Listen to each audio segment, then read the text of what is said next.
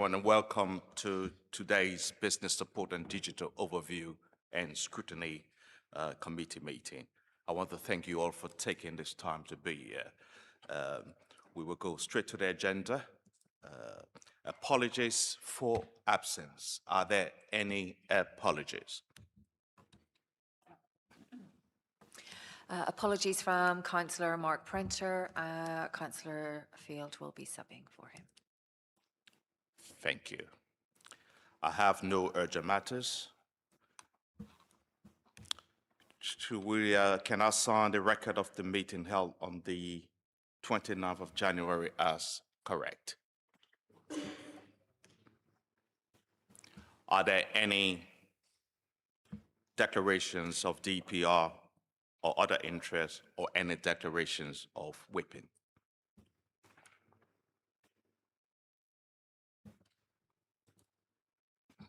That brings us on to agenda item 5, attendance of the Leader of the Council. We now consider the Leader's annual report, which outlines responsibilities across finance, governance, communications, procurement, and oversight of the Council plan, performance, and risk.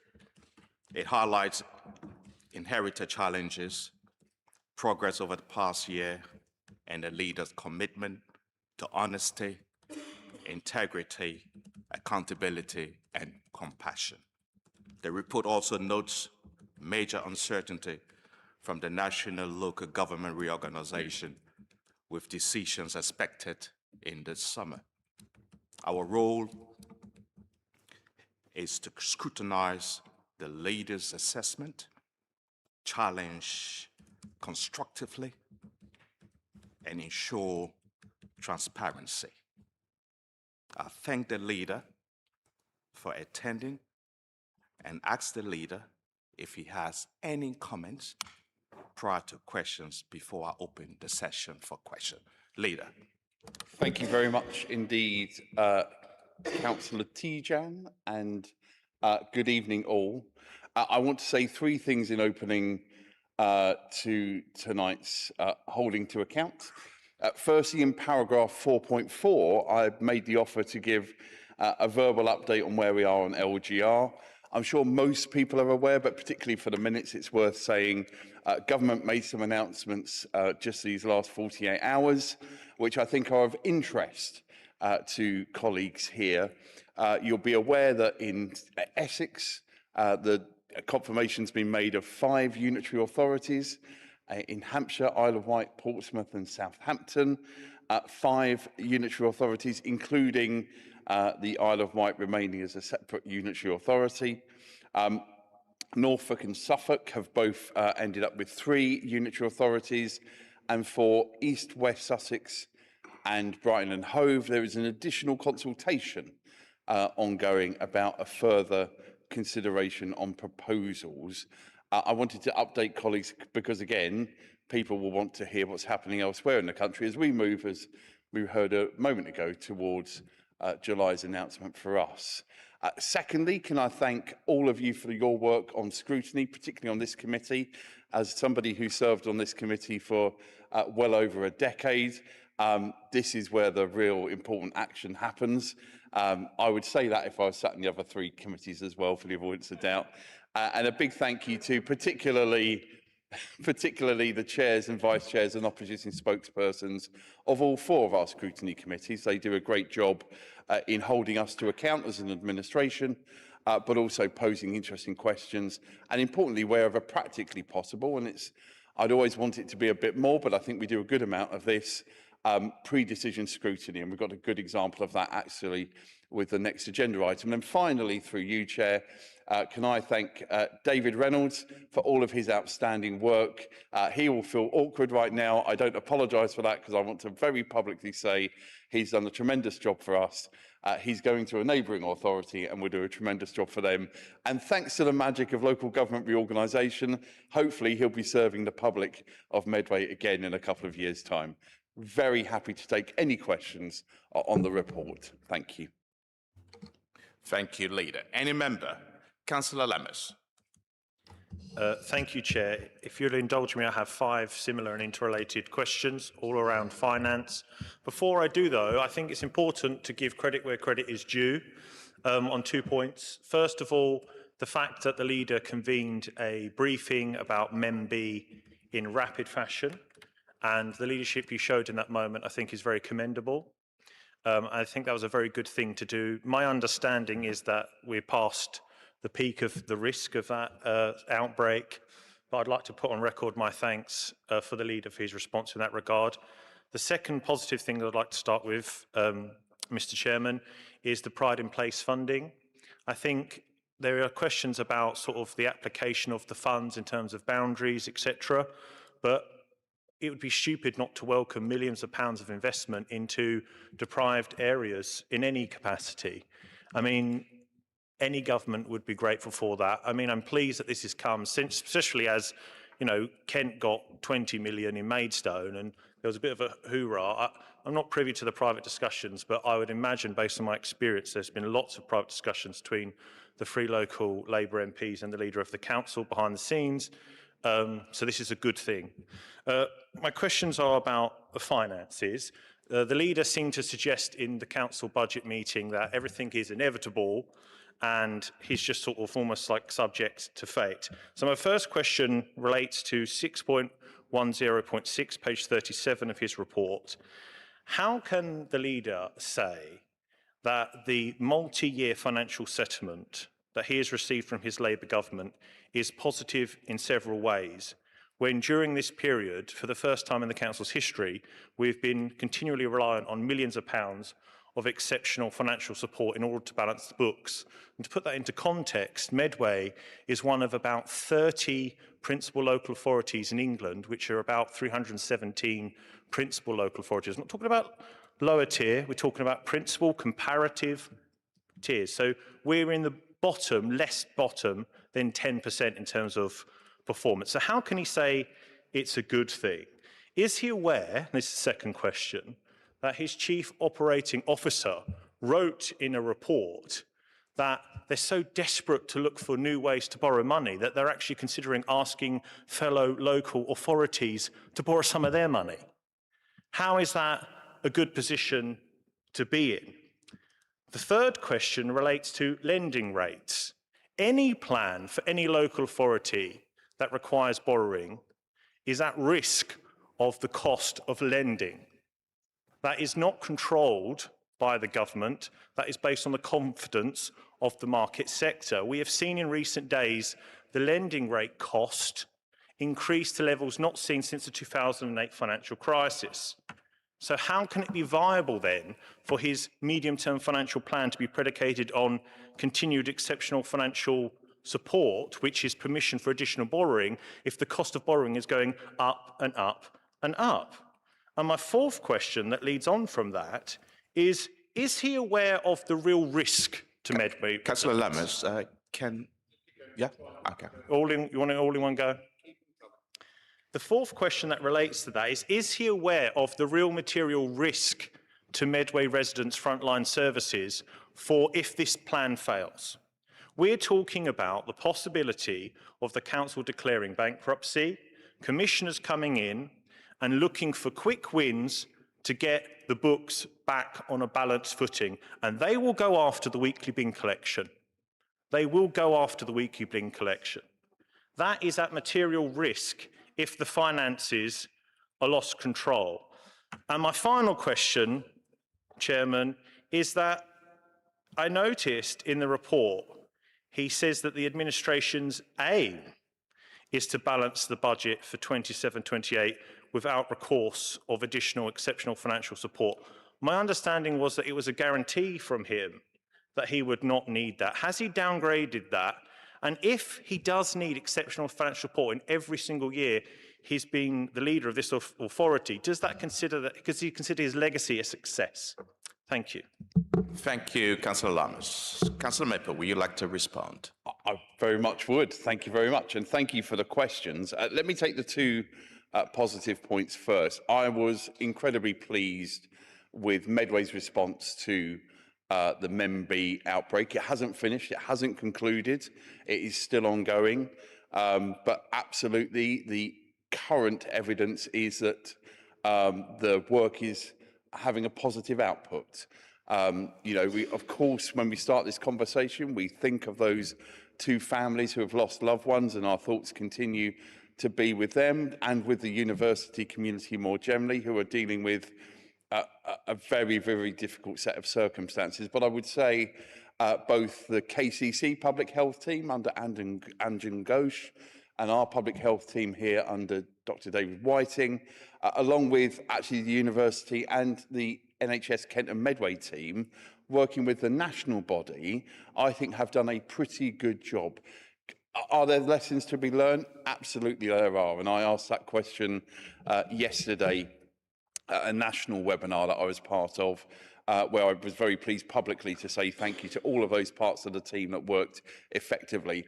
I'd also add from a local perspective, and actually from my portfolio, the comms here have been outstanding, because actually it's about sharing the right messaging. Where you've had, regrettably, occasionally people giving false, misleading information online, in this circumstance, that can lead to worse outcomes.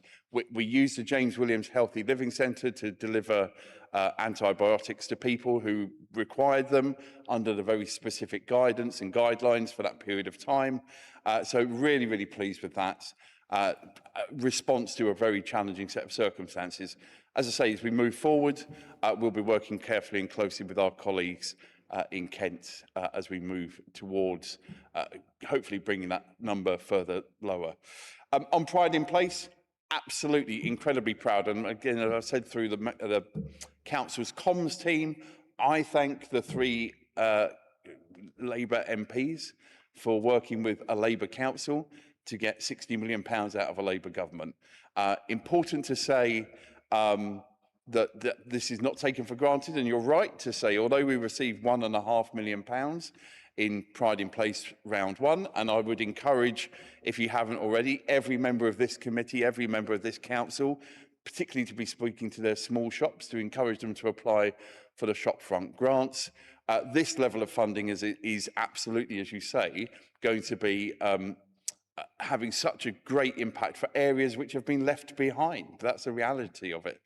We could get into why they've been left behind with the funding from previous governments, but that's not really for tonight. On the maps, you raise an important point around maps. Now, by the nature of it, nobody's ever going to refer to the medium super output area that they live in. We'll understand that, but why would most people know that or care about that? So there is a level of flexibility. The whole of the MSOA needs to be in the map, but you can extend it. Actually, there's a role for Phil Watts as our Chief Operating Officer. He's got some roles within the Pride in Place programme explicitly in the guidance. The MPs have, and the ward councillors as well. One of the first things that will be happening is that we'll be finding 3 chairs for the 3 independent boards that will manage this process. And I'm really pleased. You know, I've often talked about we won power in 2023 to give power away to the community. This is the most prime example of that. This is the ability to deliver funding directly in consultation, working with the communities that are going to impact will benefit most from that funding. So I'm really pleased with that, and I welcome that. And I would encourage people who are in those 3 areas, as I was saying on socials over the last week, get involved, put yourself forward for the board. I'd really encourage that to happen.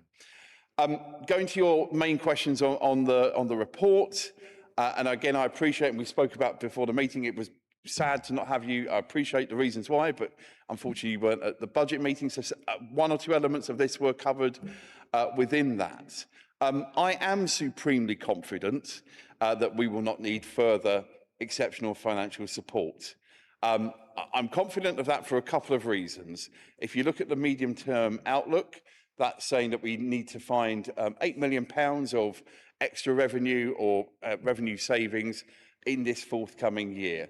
Compare that to every other figure we've had, frankly, over the last 25 years, £8 million is extremely achievable. So that's why I am supremely confident of no longer requiring EFS for our budget setting next year.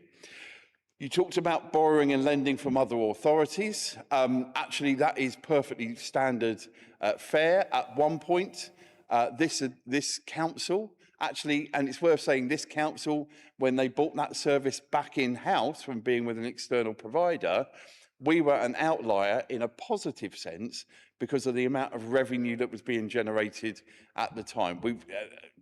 7, 8 years ago, we fell back into the pack. We managed to secure some very generous rates that we were lending to other local authorities. So that is perfectly normal. And again, if you look at the Treasury management reports over the year, you will see we've borrowed from people, people have borrowed from us. In recent years, it's been predominantly us borrowing from people, as you can imagine, while we're on EFS.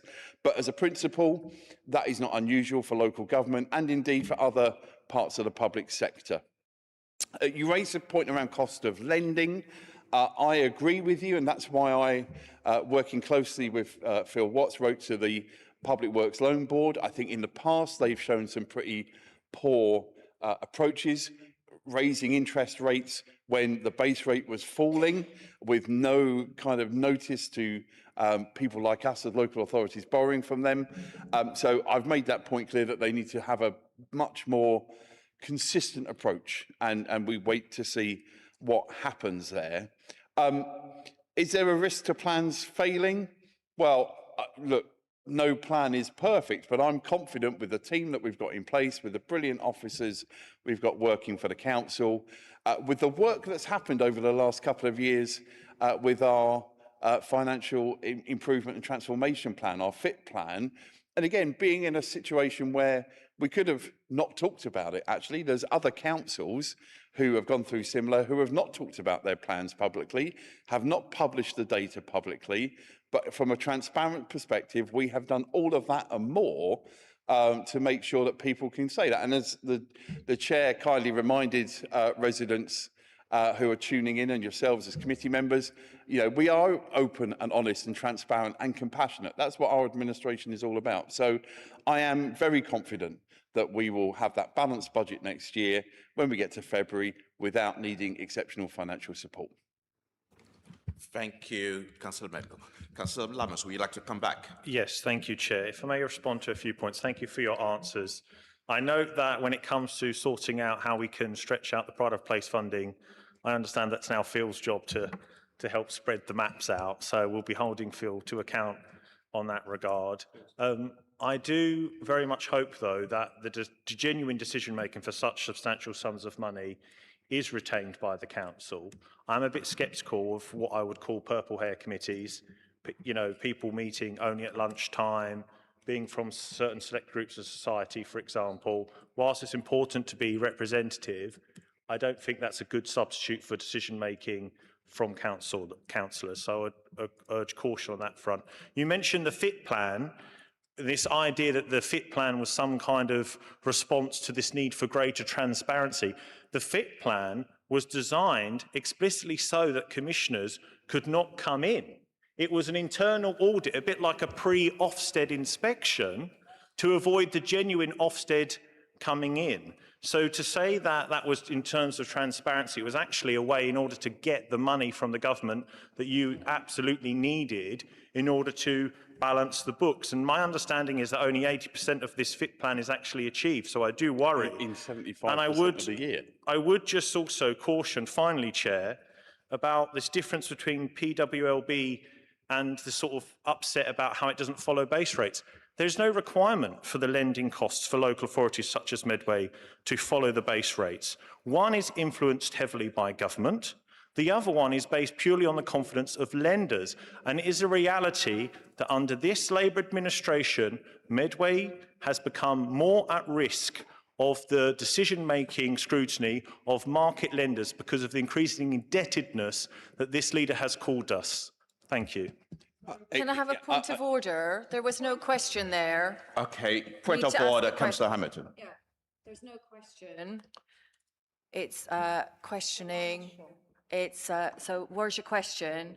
rather than the diatribe. Thank you, Councillor Hammond. I think Councillor Maple would like to respond. I'll come back on a couple of those points in that. I'm sure there was a question in there somewhere, but for the avoidance of doubt. So look, you can take a different view on participatory budgeting. I trust the people of Medway, frankly. I think they've got, who knows better about Twiddle and Luton and Strood than the people who live in those communities. They know what they want to build the pride in place. The clue's in the name of the programme. So we may have a difference on view on that, and that's fine. We can disagree agreeably. I trust the people of Medway. On the PWLB, the whole reason it was created originally was for public sector borrowing. So if it's not doing its job properly, I think it is for people like me to call it out and go, you need to be thinking about why you were created in the first place. And on the wider point around the finances, look, we've got a multi-year settlement from this government. Compare that to the previous government who took £170 million away from this administration, whilst you were a Conservative councillor, I'll respectfully remind you. So from that perspective, look, we are working with government to bring additional resources in, to work with them. And absolutely, look, you say that we've only carried out 81% of the plan. That's in 75% of the year. So we're ahead of schedule, and you'll hear more about that as we go through the evening tonight. So thank you for your questions and for your statement, which had a question in it somewhere. Thank you, Councillor Maple. Councillor Lawrence. Thank you, Chair. Councillor Maple, good to see you. It seems like only 48 hours since we were last in the same room together. Indeed. I feel a bit closer tonight. Well, I don't know, actually. I think I was further down that end because there's about 90 officers here and lots of portfolio holders. We had a double whammy. In posing my questions to you, Councillor Maple, I will do so respectfully.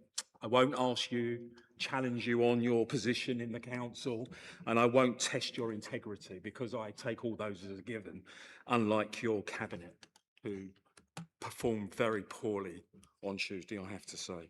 I've got some actual questions. In your report, you state that there was an overspend of £5 million on interest and financing last year. Because PWLB, get the acronym right, rates didn't fall as expected. And the reason they didn't fall because PWLB rates are tied to government gilts. I think there's about a half a percent spread. So you can write to them as much as you want. It ain't going to change the formula on which the interest rates are calculated. So just turning to those borrowing rates, what stress testing did you and the Cabinet and officers do on PWLB borrowing rates and other borrowing rates when you formulated this next year's budget? That's my first question. Easier just take them one at a time if that's... Thank you. Councillor Maple, would you like to respond? So I think we looked at it in the round. So as Robbie made the reference, we have borrowed money, but not for, with the exception of exceptional financial support. We've borrowed it for big projects. So things like trying to tackle the temporary accommodation crisis.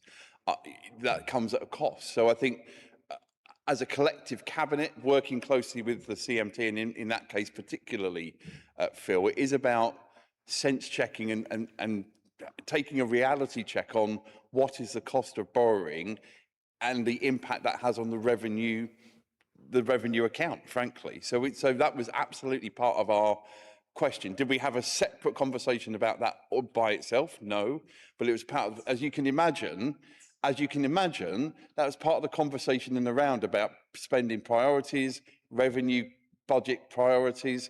So it is a conversation, but it wasn't, let's have a separate meeting solely on the issue of borrowing and the costs attached to that. It's part of a wider conversation. You will know, I would hope, that we do not take the approach of the previous administration of me sitting in an office going, that's the budget, see you later. We have a collaborative approach, both with the 10 of us as a cabinet, but also working very closely with our officers. So, of course, the cost of borrowing, what the likelihood is to be where that borrowing is going to land over the next 1 year, 2 year, 5 year, 10-year period, albeit that this council won't be there. We still need to think about those things. It was absolutely part of our conversation because the funding for the things we've already agreed are part of those deliberations moving forward. So that there are some things in the programme that we've brought forward. So the kennel service is one which, there's a capital cost to that, but we expect that to be covered by the revenue. And that, for example, will be a revenue generator that will be generating revenue much more quickly, perhaps, than some of the other schemes that we have. I'm really surprised, given the fact that this council are going to be spending £25 million next year on interest payments, right? Every 0.25% increase, and we're seeing big increases because government borrowing costs have reached a new record because, things out of your control. I think the fact that you haven't really sat down and plotted out on what you're going to cut or what you might need to borrow in year, as you have this year on those interest rates, means you're collectively remiss. But I'll just move on to my next question. Can he ask this question, please? And through the chair, if you wish to speak. Councillor Lawrence. Thank you. Your question, please. I'll just go on to the next question because it's linked in a way, Councillor Maple. There's nearly £487 million worth of debt repayments over the next 3 years. And I think at Audit Committee, I did ask the question, how much debt do we actually ever repay? Or do we just keep borrowing to recycle? So I know that there will be some reports coming to Audit Committee about we've paid that bit back. But I'm just wondering, given rates are going to sharply increase, possibly in the short term, but we've still got to cover that cost. We've got a lot of very short-term borrowing. How much more exceptional financial support, because it's not really exceptional anymore because we're in our 3rd year of it, do you think we might need for next year on top of the 10 million we've already borrowed to cover those higher interest payments that you and your cabinet have not really spent too much time considering? Thank you, Chair. Councillor Maple, would you like to respond? I'd say 2 things to that with Mike on this time. Firstly, look, it's something we are thinking about. So again, we think about the cost of borrowing. It's not something which we don't talk about. But I say we don't sit there and have a detailed conversation of that in isolation. We talk about it in the remit of, again, some of the things that we've added to the capital programme. When is the revenue going to be generated from them? What are the cost reductions we're going to see? So a good example of that is the temporary accommodation. And that is a conversation we've had in quite detailed aspects, both from a finance and housing perspective, to say, where are the 2 graphs? So the graph of the payments for interest versus the graph of how much are we saving the taxpayers by having that service in-house rather than paying, frankly, very excessive premiums with 1 or 2 providers of temporary accommodation. So it's a case-by-case basis. Certainly, I recognise that we are in, it feels like we're never not in unique times at the moment. We probably have been for the last decade with everything from Brexit to COVID to Ukraine, now to the situation in Iran. So we are looking carefully with our Treasury management experts. We've got some great people in-house, some of whom are sat around this table. So those conversations are real and genuine, and they are not taken as a kind of broad brush, one size fits all, because different capital outlay, different capital borrowing will have different returns on that, both whether that's income generation or cost saving. Okay. Noted. We'll see where we are in a few months' time. Just historically, we've offset some borrowing from cash reserves. So we've moved our cash reserves around for short-term borrowing, etc. But report admits that you've blown the cash reserves. They're gone. They're absolutely gone. So there is a danger we're now going to have to borrow to maintain liquidity and cash flow, possibly in the short term. But I'm just wondering what you think the liquidity risk is for the next 12 months. And are we in danger of a technical default if we can't borrow to fund that cash flow? Thank you. I'll look to Phil for a bit of technical advice here, because I'm going to talk about the history of this place as well as today. There have been moments throughout the last 28 years where very short-term borrowing has been required at different points of time. So that's not unusual for Medway. That's not unusual for local authorities. So from that perspective, I would anticipate that will continue. One of the things absolutely I recognise is that the pressures of inflationary increases. And again, when we build the budget, we make some assumptions. I think people were expecting to see inflation increase this week. Actually, it stayed where it was.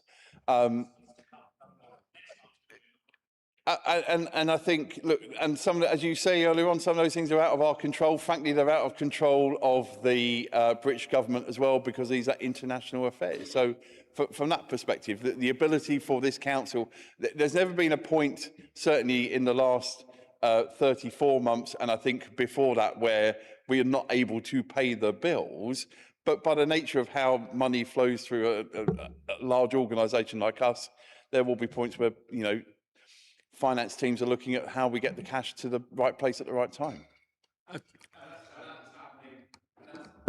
That's happening now, and that's been happening, frankly, for the last 27 years before that. Yeah, I don't think so, because historically we've never had to borrow for liquidity. We've been able to use our reserves to do that. But once again, we can see in time whether you're right on this. Sorry. Phil, would you like to interject? Yeah, I mean, just simplistically in that point, I do not anticipate us having there being any risk of me not being able to borrow to manage working capital requirements for the council. Just Phil, just for this sake of this discussion, have we had to borrow for liquidity in the past? Yeah, of course. I mean, an element of our debt is always for working capital. Okay, an element of it. Okay, just two very quick questions, really, and I'll give you these together, actually. Just, Councillor Lamas noted about borrowing from other local authorities, but actually, if you look at our debt profile, there has been borrowing from other local authorities, because obviously they have free cash and we can tip into that free cash. But I think you mentioned in your own report that actually other local authorities see us as bigger risk now because of where we are in our finances. And I'm just wondering how much that risk premium, is there any risk premium on any current borrowing that's being borne by the council taxpayer? And finally, my final question just is on, given where interest rates are, do you not think you need to take a long, hard look at the non-committed capital programme and actually go, some of that is unaffordable, like the Medway care home? Thank you, Chair. That's it. I'll answer the second bit, and then I'll just look for some advice and guidance from professionals on the first bit. I think the answer to that is no, but I don't want to give you that answer if that's not accurate. So that's around, you know, is anybody saying we're going to charge you more because you've got EFS, basically? I don't think that's right, but again, somebody who is a professional officer will give you an answer on that. On the second one, we're already doing that. There are other things which, as a cabinet, we would have wanted to bring forward to the budget. You know, there's other ambitions that we have, but we know we've got to live within our means, and that's meant some difficult choices about income generation, some difficult choices about capital programme. But absolutely, everything as far as I am concerned, everything we currently have on the books, we will continue to have on the books. As I said in response to Robbie, at £8 million, you know, although that is not a small sum of money, if you compare that to where we start Q1 most other years, the fact it's a single-digit million, it is one of the lowest it's been for some time. You know, that's normally 14, 17, 20 million pounds. It is a lot lower. So I'm confident we'll get there. With the combination that I think we've been open about since day one, we would always try income generation over cutting services. And you may disagree with that, and that's perfectly fine, but that's the approach we've taken to date, and certainly the approach I anticipate we'll take next February. Thank you, Councillor. Would you like to comment, Phil? I think you'd like me to respond to the question around risk premium. Yeah, okay. So in terms of the lending, the majority of our lending, which we take from the PWLB, Medway Council is not charged a risk premium by virtue of its financial position. We will pay the prevailing PWLB rates. We would borrow from local authorities if they can offer better rates and are willing to offer better rates than the PWLB. That's essentially it. It's just another option open to us. And I think it is fair to say that since we've been in EFS, some local authorities have been less willing to lend to us. That's fair to say. But in terms of our ability to borrow from the PWLB at the prevailing rates, that doesn't change. Does that help? Yeah. Thank you. Is there any circumstances when the PWRB would stop lending to us? I don't think there are. Thank you, Councillor Lawrence, and thank you, Councillor Maple, for your answers. Councillor Huckwell. Thank you, Chair, and thank you, Councillor Maple, for attending tonight, and thank you for your report. I'd like to ask a few things. Firstly, I'd like to talk about the Crisis Resilience Fund and the transition away from the Household Support Fund. I remember sitting in this very chamber when the previous administration decided to cut the free school meals during the holidays, and it was argued very well by yourself and your group that that was the wrong thing to do, which culminated in the previous leader of Councillor the Huckwell, administration. could you get closer to the mic, please? And Which culminated in the previous leader of the administration actually apologising to say that the current administration got it wrong, and they continued with the free school meals during the holidays. Now, I read in the transition to the CRF that is now stopped, and I've seen posts on social media from parents that are very worried and upset and have been relying on this for the last 3 or 4 years. Was it in the gift of your cabinet to continue with that, or is it in the rules of the CFR, is the first question. Because if it is in the gift of your cabinet, I personally think that's a wrong decision. Okay. Secondly, what provisions have we made to ensure that when families wake up after Easter and suddenly find that they don't have that provision, and there isn't enough spaces in the Medway Go programme for every child that needs it to do that. So that though it helps, it's not an answer to do everything. So I'd like to understand what our plans are to help those people, and then I'll come back with some other questions after you've asked that, if that's okay, Chair.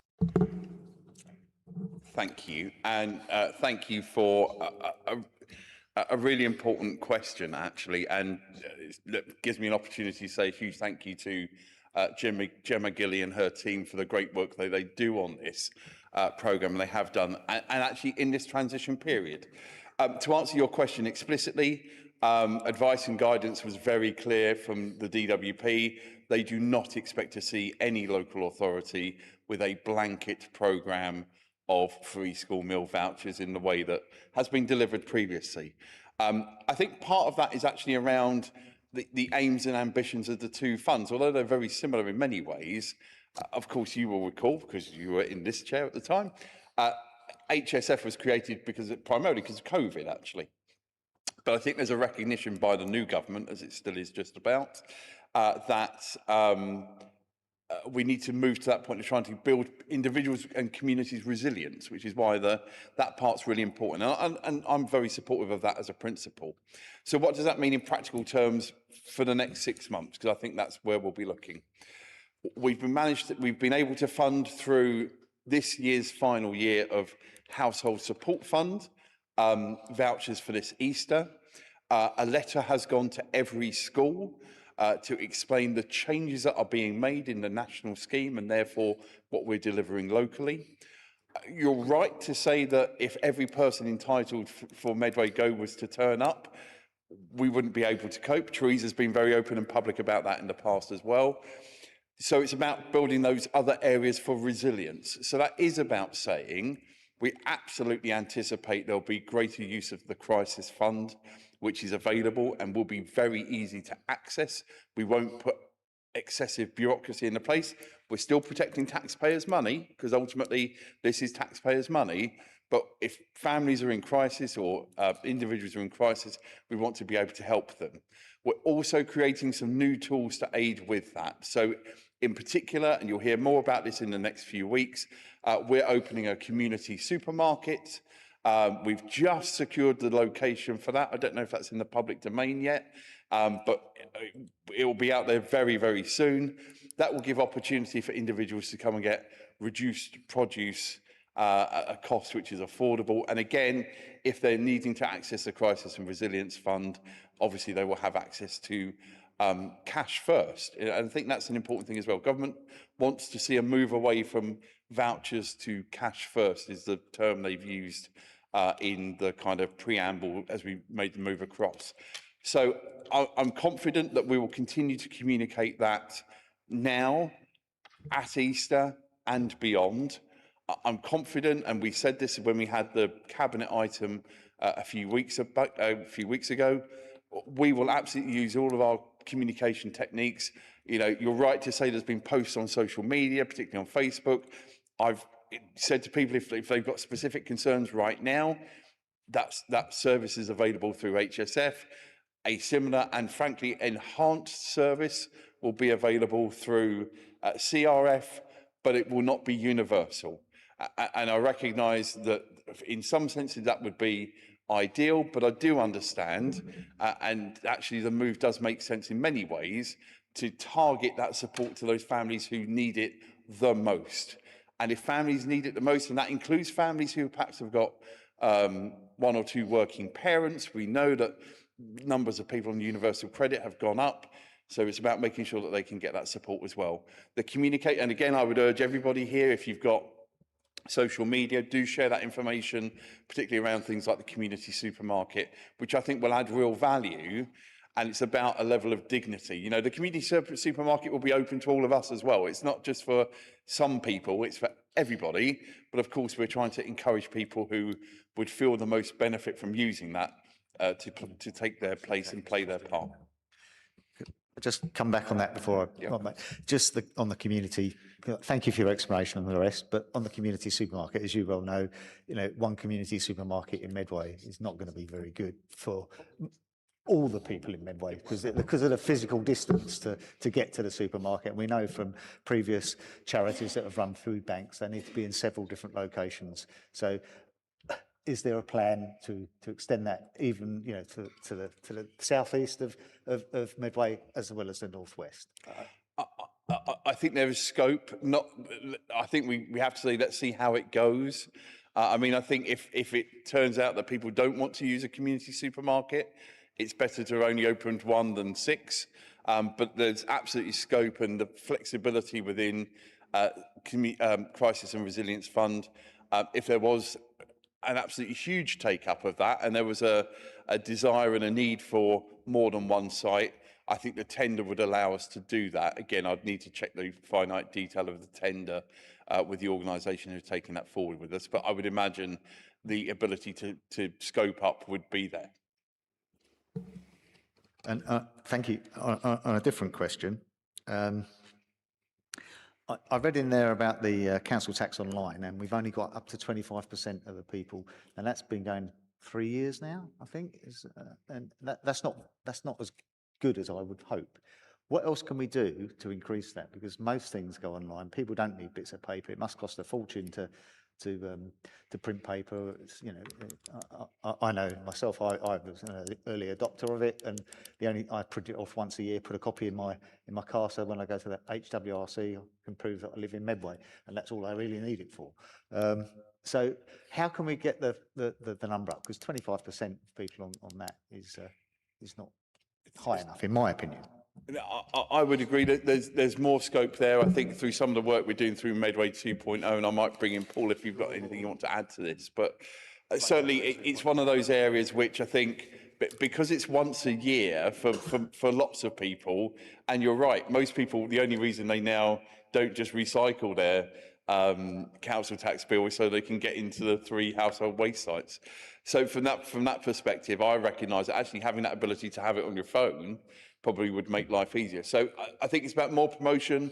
By the nature of it, when the council tax bills go out, that ability to say you can log online. It's about encouraging residents to do that as well. And certainly where we've got events like Welcome to Medway, where they're happening across the piece, when we've got events like the one we had this week for social care, having that, making sure that there's a set of flyers on the stands just to say, did you know that? Because lots of people, until you tell people explicitly and perhaps have that one-to-one conversation, people will go, oh, I didn't think about that. Paul, is there anything that you want to add from a 2.0 perspective? Yeah, I'd just like to say that the latest figures, 25% was the target that we'd set within the FIT plan. Pleased to say we've now exceeded that, so we're up to 27% of households, so that's sort of 33,000 households across Medway. The incremental is obviously more difficult because you get everyone that's waiting for it and wants it. the annual billing, we promote it, we've got the QR codes on the envelopes going out. So we expect another push as the annual billing goes out this time of year. Thank you. One more question. Yeah. Your opinion. We discussed in the audit committee last week about the disclaimer from the auditors again, and it's now the 4th year running. How worried are you about that, and how confident are you that they'll actually get a report together by May? Because as a member of the audit committee, I'm not that confident they'll manage to do it.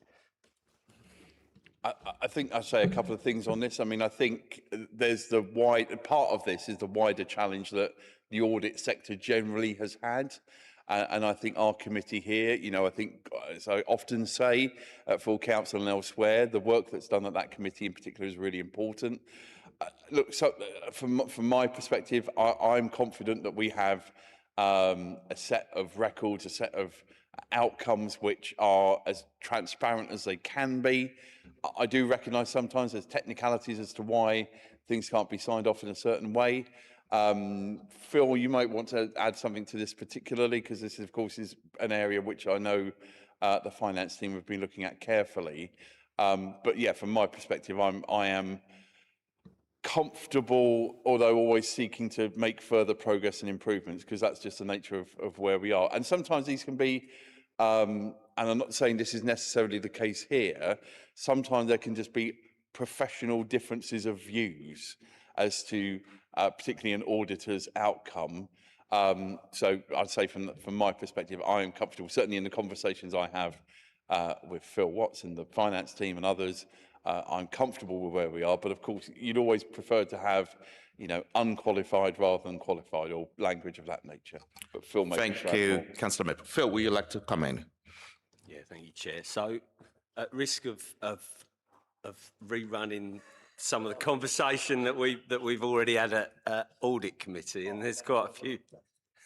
Exactly.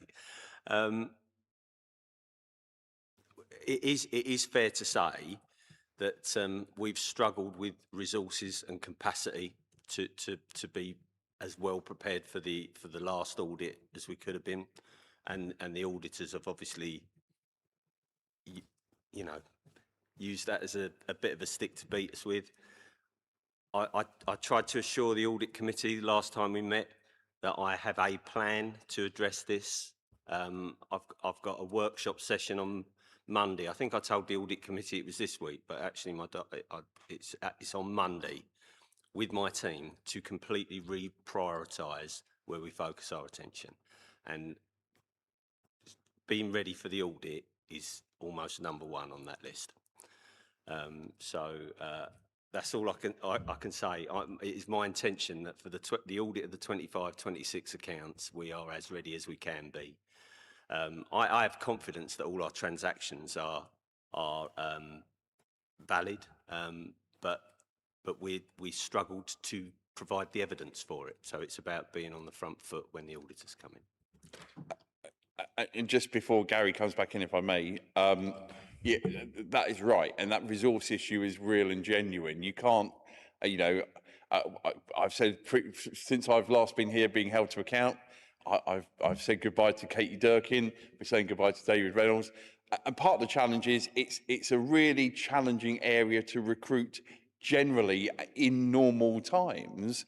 These, of course, are not normal times with LGR and everything else. So we're not alone. If you think about our colleagues down the road, I'm going to say it's over a year they had a temporary Section 151 officer. They've only just recruited a permanent Section 151 officer. So those resources things are real and genuine. But as Phil says, and I said in my opening response, I am confident we are in a good place and an accurate place. But it is the job of auditors to flag issues like that. That's why they exist. So on that specifically, Phil and I have had conversations around staffing levels. That's predominantly an operational matter, but of course I take that strategic overview of the portfolio. Final thing from me, as Paul's in the room as well, Medway 2.0. We've been here previously, and Paul's always said, wait for April. Well, just remind Paul it's April next week. And will those savings that, you know, he's been working diligently actually come to fruition And are they baked into the budget, or will they be additional to the budget? Thank you, Councillor Harper. Paul, would you like to respond? Yeah, so the Medway 2.0 savings are built into the budget. You were pleased to know the list of forms. I think we're down to 4 left to get by the end of the week. So, yeah, we will meet the 1st of April. There's no April Fools here, don't you worry. And I'm happy that question's here, even though obviously Alex Patterson is the person to actually answer that. But very happy and generous to take that question as well. Thank you. Councillor Brown. Thank you, Chair. I just wanted to go over a little bit just as a matter of information, what was discussed at audit, and some people in this room were part of the discussion. But I'd just like to remind everybody that it was discussed, the resourcing was highlighted, but the Director of Grant Thornton said that the Council had made progress, and they hoped that we would have made more progress.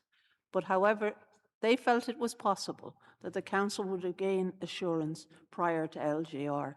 Now, that at least everybody appears to be on the same page. Sorry, Chair, can I have a point of information? Point of information, Councillor MacDonald. Point of order, Councillor. There's people opposite. I know they're shouting to each other, where's the question? Councillor Brown opened her statement by saying a point of information. She did put her hand up to ask for a point of information when you was discussing it. That's what Hayes was doing. Thank you, Councillor MacDonald. Councillor Brown. Thank you, Councillor MacDonald. Phil has explained where he's up to. Audit had that as #1 priority about supporting this to get us back to assurance. And I just want this committee to be cognizant of the fact that we are very happy to assist in every way we can with officers to try and get this resolved. But we can't magic up the people. And that's why I think Phil's approach with his workshop, or whatever he's calling it, is going to be helpful. Thank you, Councillor Brown. Councillor Maple, would you like to respond? Yeah, thank you. And again, echo my words earlier. I thank the Audit Committee for the work that they do, particularly looking at this.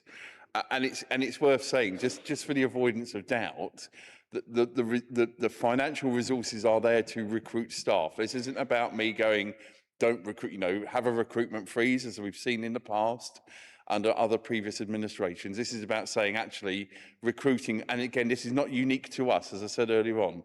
The other upper tier authority in our region has had effectively a year of a temporary Section 151 officer. So this is absolutely work in progress. It's a priority, and I thank the Audit Committee members who are here tonight for their clarity on that. Thank you. Thank you, Councillor Maple. I got Councillor Jones and then Councillor Lammers. Councillor Jones. Thank you very much, Chair. And I didn't want to start with a statement, but as they seem to be in vogue at the moment, somebody opposite made a remark about the quality of the Cabinet. I, in fact, find the quality of Cabinet members very good. I have a lot to do with them. I deal with them. I get good advice on a regular basis. And one of those areas, of course, of Cabinet responsibility is schools. I wanted to ask the leader a little bit about the degree to which nowadays the teams he's responsible for relate to schools, of course, finance, communication. If you go back 20, 25 years, as I often do at these meetings, of course, we had a lot more to do with schools and supporting them in those areas.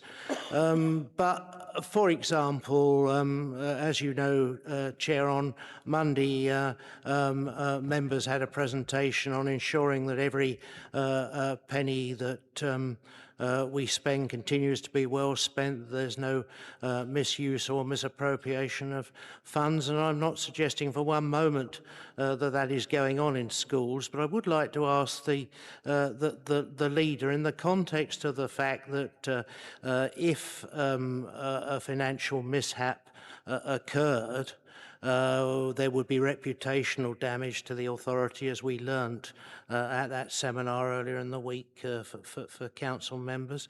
To what extent does he think that the finance are geared up to continue to give that support to schools, or given a greater academisation, are we simply not able to do that, to carry out that role anymore? Thank you.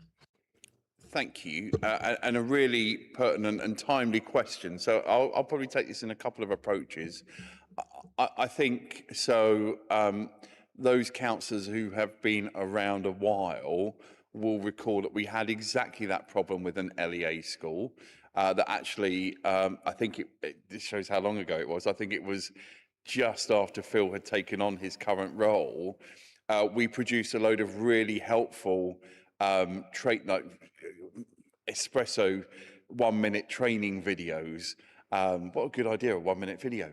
To roll out for training specifically on fraud and financial security in schools. Now, of course, that was at a time when far more schools were LEA schools. What we see now, and the good example of this is the secondary sector. Actually, I've got responsibility for 63,000 young people to do the very best that they can, because children matter in Medway. But actually, their educational processes at a secondary school level, they are not the local authority's responsibility. And actually, a really good example of that this week has been where one of those secondary schools, through their arm's length arm, have changed their swimming provider. I've had certainly several emails about this. To which I've said, I'm really sorry to hear that. That is nothing to do with the council. And I don't say that because I don't want to be worried and concerned about a swimming provider. But that's a really good practical example of saying people still think, understandably, that education is the responsibility of this administration and this council. Now, for a handful, and it is a handful of primary schools, that is still the case. But for probably in the region of 80% of schools in Medway, the statutory responsibilities around educational attainment, financing, sit with the schools and the multi-academy trusts.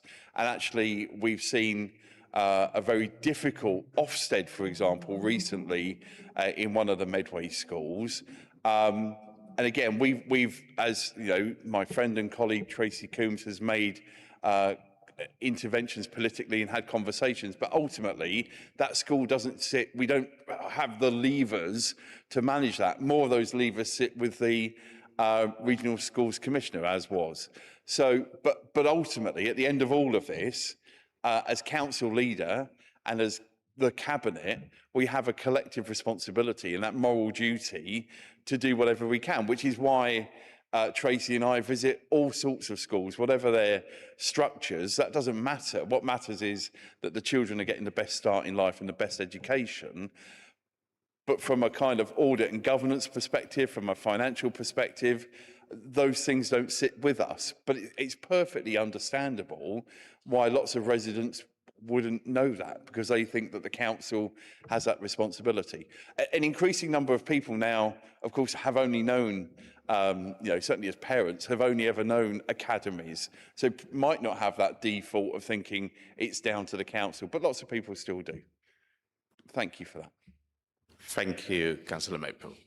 Councillor Lammers, you would like to come back? Thank you, Chair. It's my final question. I don't know if this is a good thing or a bad thing. It's a good thing. It's definitely, whatever it is, it's a great thing. I really don't know. Is it normal, for example, to lose a quarter of postal voters? This question relates to 6.9.2, page 35. You wrote here that 25%, a quarter of all postal voters elected not to reapply for their postal vote to be renewed. And that you cite some national average of a third. That to me seems shocking. Is that normal? Is that why electoral services have these outreach things? Or is that a reflection of the mood? I would say the 3-year re-sign is still a relatively new thing. Historically, many years ago, the process for being a postal voter, you had to have a counter signatory on the document. That's not the case anymore. And actually, the last government brought in the 3-year review. So I'm not surprised, I guess, that there's a number of people who haven't chosen to update that or renew that. In the same case, there'll be a number of people who are signing up for a postal vote for the first time. I don't accept that the argument that some, not round this table, I would be very quick to add, but the view of some politicians that somehow postal voting is mass fraud. That's simply not the case. The case of postal vote fraud, and indeed electoral fraud generally in this country, is incredibly low. So I couldn't tell you whether that's going to be the long-term trend or not. I'm looking on really with a lot of interest, for example, as to the pilot in Tunbridge Wells to allow voting at the weekend. You know, we are now an increasingly minority country when it comes to effectively having 16 hours for people to turn up and vote. So, yeah, I'm interested to see if that increases turnout. I would hope we'll see more of that. If you look at many countries, both in Europe and around the world, weekend voting, I'm not suggesting necessarily we end up with a barbecue and sausages like they do in Australia, but there are lots of different ways to encourage people to vote. Some of that is about what people are voting for, and everybody here who's got the name councillor has got a responsibility for what they take to the doorstep. But ultimately, you want to make it as accessible as possible. And actually, now more than ever, there are probably more people who are doing shift work, who are perhaps commuting longer distances. So that window of 7 a.m. till 10 p.m. Might feel like a long day. And by the time we get to 10 p.m, I'm sure all of our feet are aching. But actually, for some people, if their work pattern is such, they will miss that. So I think the more we can give people the opportunity to have their democratic say, of course, we're probably very unlikely to have another Medway council election, but this council will be responsible and play their part for insert number of councils here will be part of that almost certainly as the only existing unitary in the region. Chair, I just wonder if it might be worth for your committee to request a report on this particular area, because if it is the case that this is a new phenomenon and this is abnormal, as it stands, apparently we've lost 25% of our registered postal voters. That could be the single greatest disenfranchisement of older people and disabled people voting in Medway's history. So I think it might be something to worth the committee to actually maybe commission a report of the council so we can drill down on this. I'm very concerned. That's a proposal. Is that seconded? Is that agreed? I would like to vote against that proposal. Yeah. Okay. Who's in favour?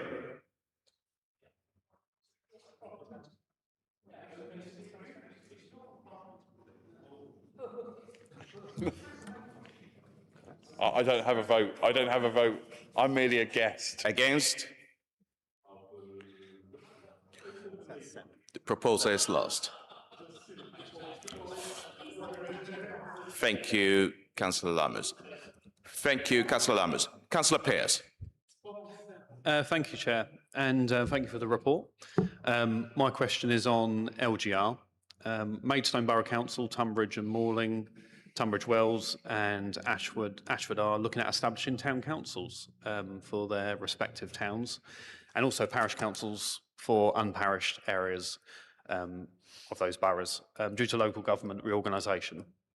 And my question is, should Medway Council be doing the same by establishing town councils for Strood, Rochester, Chatham, Gillingham and Rainham?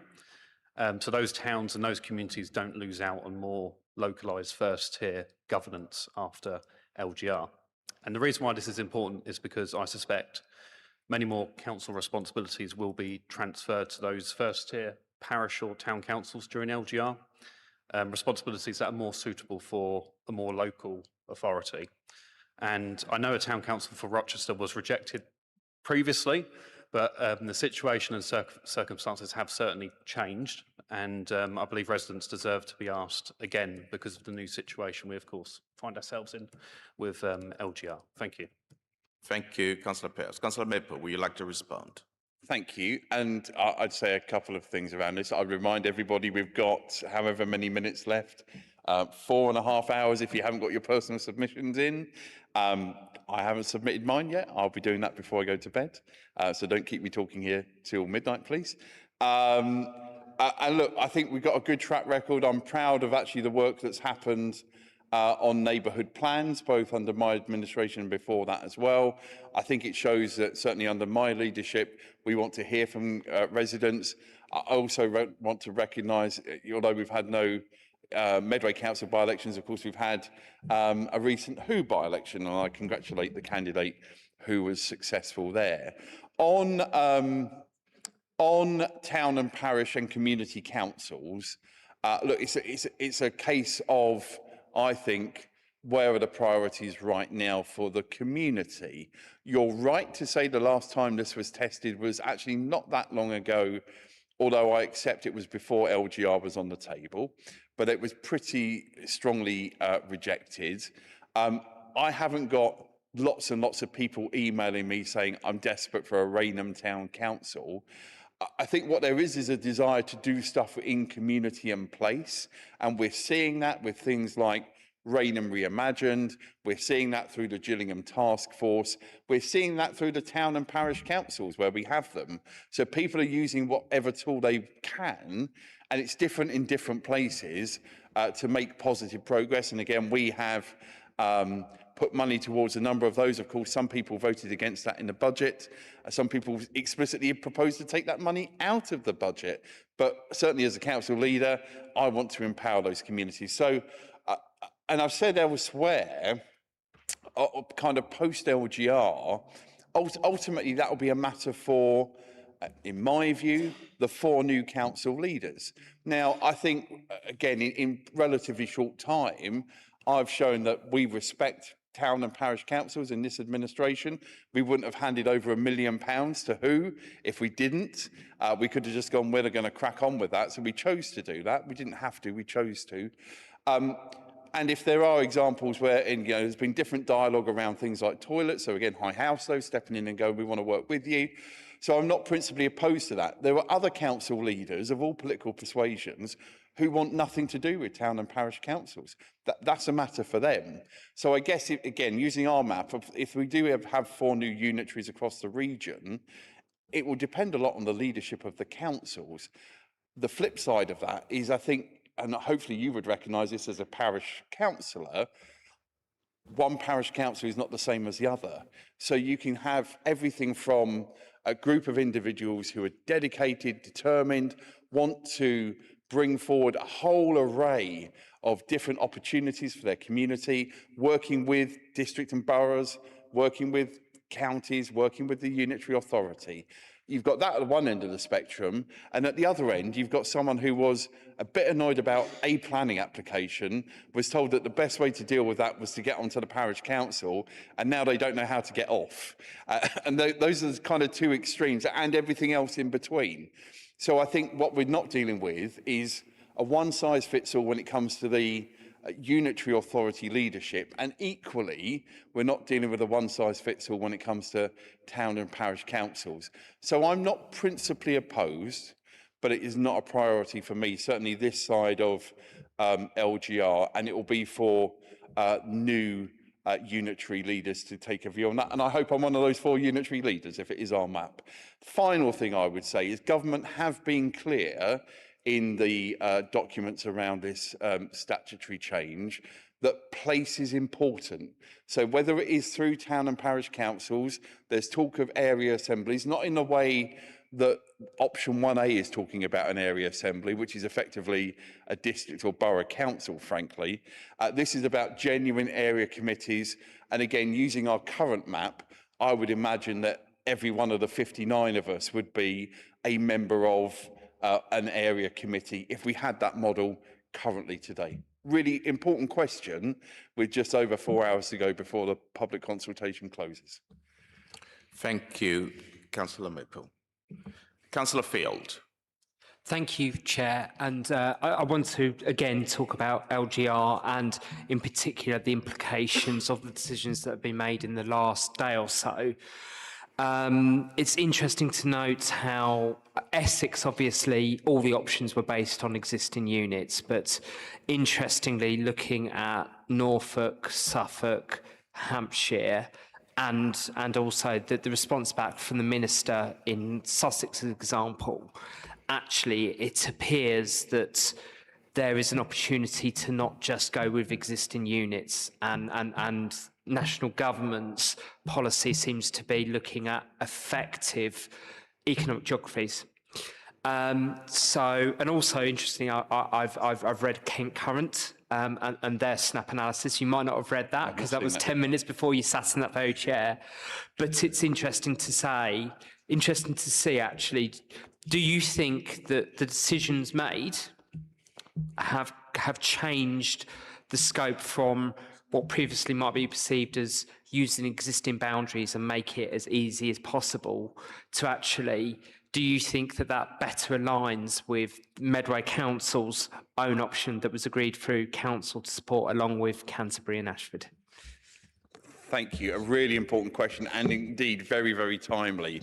I said in an email to someone yesterday, almost whatever government had chosen, everyone would be going, and that means our option is definitely going to happen now. And I'm sure people will be doing that everywhere. And I'm about to do that now.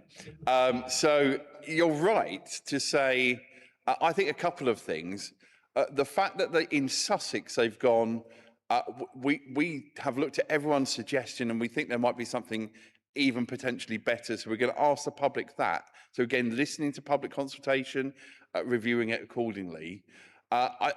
Is welcome, and I know my opposite number, Bella Sankey, has welcomed that additional consultation on what is now on the table. I think if you look at elsewhere, though, in some of those other maps, you absolutely can see that government is not principally opposed to effectively the model that we have brought forward with 4D, which is around saying, we recognise what was decided 50 years ago. In many cases, that's right, but in some cases, that wasn't right 50 years ago. Most colleagues here have heard me talk about Faversham as the most obvious example of that. Faversham looks to Canterbury for education, for employment, for health, but actually it is with Swale Borough Council in a council which predominantly actually looks towards us here in Medway in particular. We're changing that with 4D. And it's interesting, going back to the previous question, Faversham Town Council have come out in support for option 4D. So government have been at pains, and they said similarly after Surrey, that there are no precedents set here.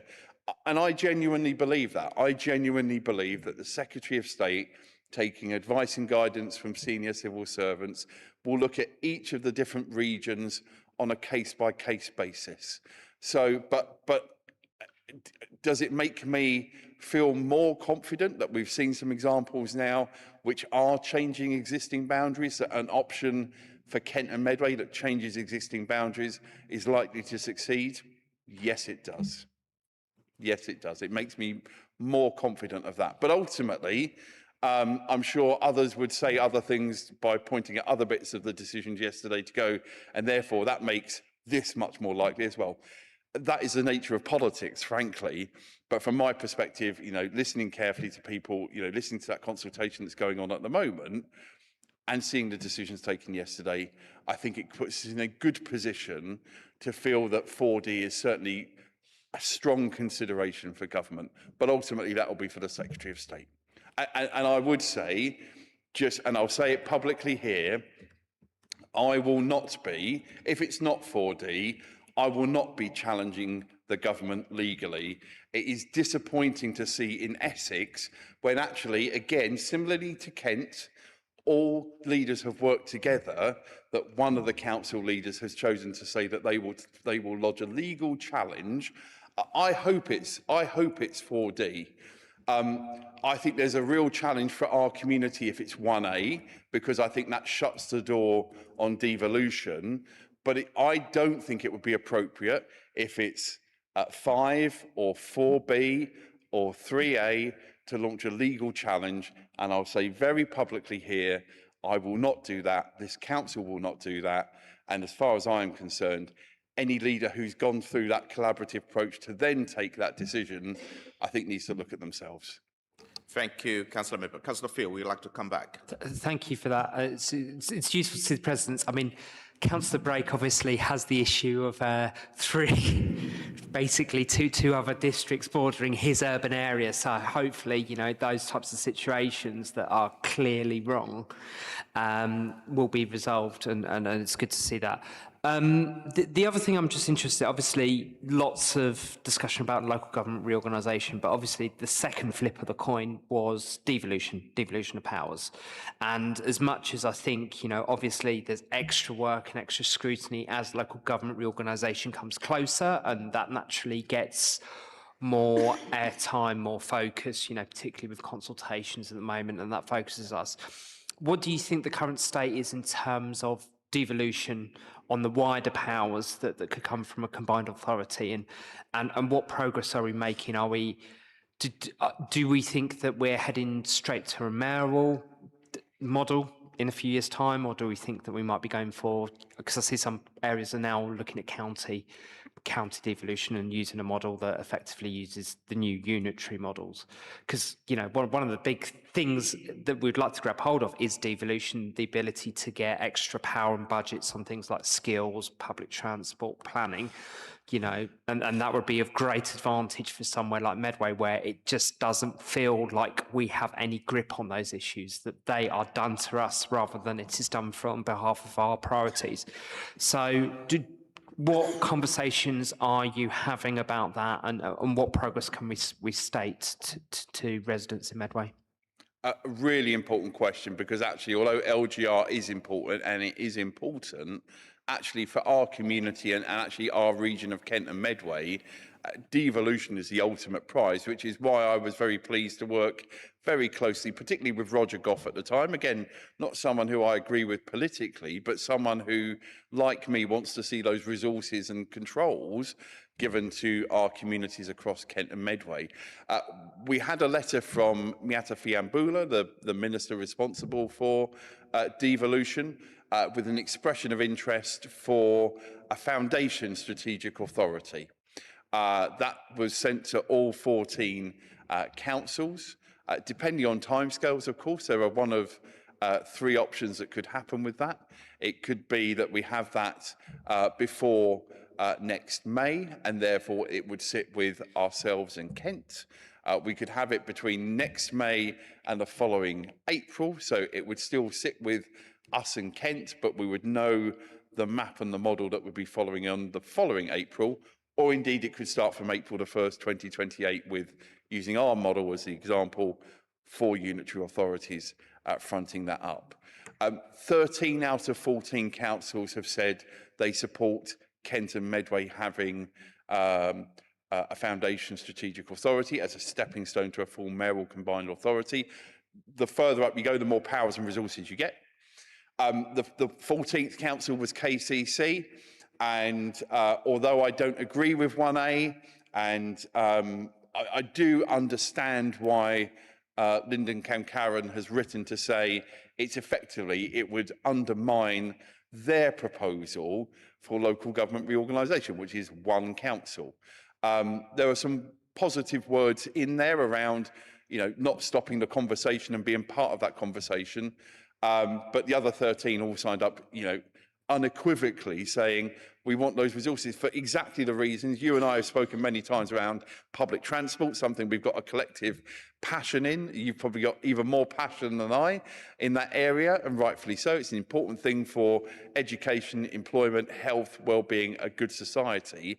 At the moment, I look on with absolute envy at places like Yorkshire, Liverpool, and particularly Manchester, Greater Manchester, and the ability to have good quality public services delivered through that combined authority with democratic accountability is a really important thing. So we will wait and see what the outcome is from that expression of interest. previous ministers had made it clear that they wanted Kent and Medway to be at the table. I understand why the decision was taken. I don't agree with it, but I understand why the decision was taken around effectively saying you can't have a combined authority where it's two authorities. One is 84%, one is 16%. There's not a great governance model that everyone will feel is fair. I hope the EOI is looked at favourably, and I hope that we can get to a position where at the latest, and there may be some argument to say this is the logical place to start it, that actually comes into place on the 1st of April 2028 with 4, 3, 5 unitary authorities. Hopefully that answers the question. Thank you, Councillor Maple. While we're on the LGR, I'll just throw in a couple of questions before I come to Councillor MacDonald. Now, just want to probe with regards to risk. I mean, what specific risks related to LGR have been added to the Council Corporate Risk Register, and how are these being monitored? And with regards to your portfolio, leader, which service within your portfolio, finance, governance, comms, welfare, or procurement, are likely to face the greatest disruption during transition? And what assurance can be provided that residents will not experience reduced service access during the structural change? Really good questions, and I'll take it as a kind of omnibus statement to try and cover all three. So LGR is on the Corporate Risk Register, is my recollection. I haven't got it in front of me, so I don't want to misinform you, but I think it has been added as a risk. Of course, by the nature of it, it carries out many different forms of potential risk. And those conversations are happening with individual portfolio holders, with their relevant members of the corporate management team. We talk about it as a team of 25, corporate management team and cabinet. And as a cabinet, we talk about it as well. From my portfolio, there are elements which are actually reducing the risk. So if you think about at the moment where we are on procurement, we've been really clear. There will be no examples of new contracts that will finish on March the 31st, 2028. We could do that, but that would be ridiculous.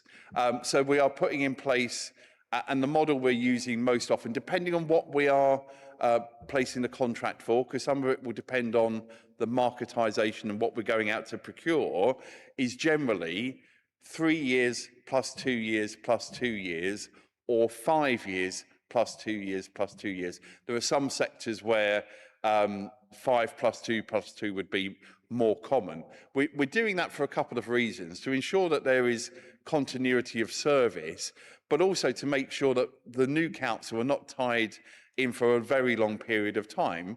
And the +2 and +2 means, depending on their priorities and how quickly they can get on with stuff, whether they need to take those additional 2 increases forward or not. Compare that to Kent County Council signing a 21-year contract for highways repairs. Now, I don't know, I'm sure there are break clauses in there somewhere, but that seems a very, very long contract when you are ceasing to exist as a council, as we all are. None of the 14 councils currently in place will exist after the 1st of April 2028. So I would say actually our procurement team are doing a really good job of ensuring that actually continuity of service happens, but not tying the hands of whoever is running the new authority. And I would say, again, I've said this elsewhere, I'll say it publicly here tonight, whatever the outcome, I know who I want to be running the new North Kent Unitary Authority, but whoever it is, I've got a moral duty for the people of Medway to ensure that is not just a safe and legal handover, to use a technical term, that it is a good handover, and we will ensure that as an administration. And Scrutiny will have a really important role in that as well. In that final year, I would imagine an increasing number of conversations at Scrutiny will be about the handover for LGR. So absolutely recognise that. In other areas, of course, by the nature of finance, we've talked a lot about finance earlier tonight, that will be about things like disaggregation. But lots of these things will not be happening on April the 1st. If you look at somewhere like Cumbria, they've taken more than half a decade and they've only just about finished now. And that's for probably a more straightforward circumstance than, frankly, any of the models that we have in place. So I'm confident that all elements of our team are certainly not adding risk. Parts of them are reducing risk. Of course, the comms team in particular, and I pay tribute to them, are doing a great job of telling as many residents who want to know about it what's going on. Now, as I said in the interview with Rob Smith, most people couldn't care less about local government reorganisation as long as they're getting the services they and their family need every single day. And that goes back to my final point here, which is business as usual will continue to be a primary focus for this administration. But I recognise that business as usual today, compared to business as usual in February 2028, will look and feel a bit different, by the nature of saying, actually, we're now getting ready, an increasing level of our collective focus will be on the handover to the new council. And some of us will be councillors on there, and some of us probably won't, and some of us will be serving on both at the same time. So that's an interesting aside as well. So yeah, I'm confident this council, not just the administration, but the council, including scrutiny committees, including our quasi-judicial committees, are all having that focus on what's happening today, making sure that the 292,000 residents are getting the services they need, but importantly, putting services, policies, decision-making in such a way that it doesn't hamper the crossover to the new unitary authority in due course. Thank you for the clarity there, Leader. Just one thing I couldn't get is what specific risk has been added to the corporate risk register with regards to LGR? I can't recall that. I'd say I haven't got the corporate risk register in front of me. I'm happy if somebody has got it to hand, or we can make sure that the committee have got that. But I think Paul Boyd. Thank you. Paul. So we are looking at the risk register later on in today's committee, but it is on the strategic risk register as SR 59 that we can review. And the next mitigation currently, it's more about the relationships at the moment. So the next risk point is when the decision's made, do we maintain these close relationships? So yeah, being tracked. Thank you. I'm glad I was right that it was on there. Thank goodness. Thank you, Paul. Councillor MacDonald. It's only a quick one, really, but an important one. I just wanted to put my thanks on tonight's meeting with regards, one, to obviously Councillor Stamp for the stuff she's done with the armed forces. It's been immense, hasn't it? And it's not just been a tick box exercise, it's been really good. But also to you, Vince, around the Armed Forces Partnership Board and stuff, because you do see elsewhere that a lot of these covenants just get put up on a shelf and they stay there and nothing happens, and not just armed forces, but loads of ones that have been done over the years. But it seems really good that, I think everyone must agree that the different things we've done over this, over the last couple of years mainly as well, but we're not just going out and just attending a breakfast club. We're listening to them, looking at what issues they have, and from top to bottom with families as well as our veterans. And I suppose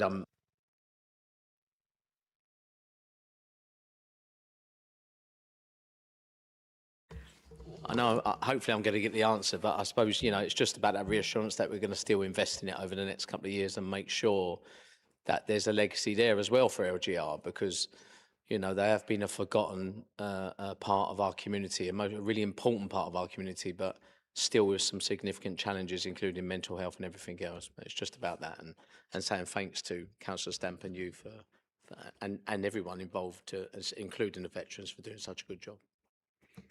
Thank you. And I would absolutely echo those comments around Councillor Stamp. She's done a fantastic job. There is something about the fact that a veteran is our armed forces champion, which, with due respect to myself and Howard and Alex, who have had that role in the past, that has meant a lot. So whoever takes over from her after annual council has got at least psychologically big shoes to fill, if not actual big shoes to fill. And I won't bore people with the two sentences. You know why it's important to me, but people know why it's important to me. And I want to thank you, Dan, both for your role on health overview scrutiny, looking at this issue, but also in your day job. We don't ever cross the beams for the avoidance of doubt. But while I'm answering this, I know in your day job, your organisation and you personally take an active interest in our armed forces community, both veterans, but also serving personnel. And I think we just have to look at what happened in Brompton a couple of summers ago and how the community came together.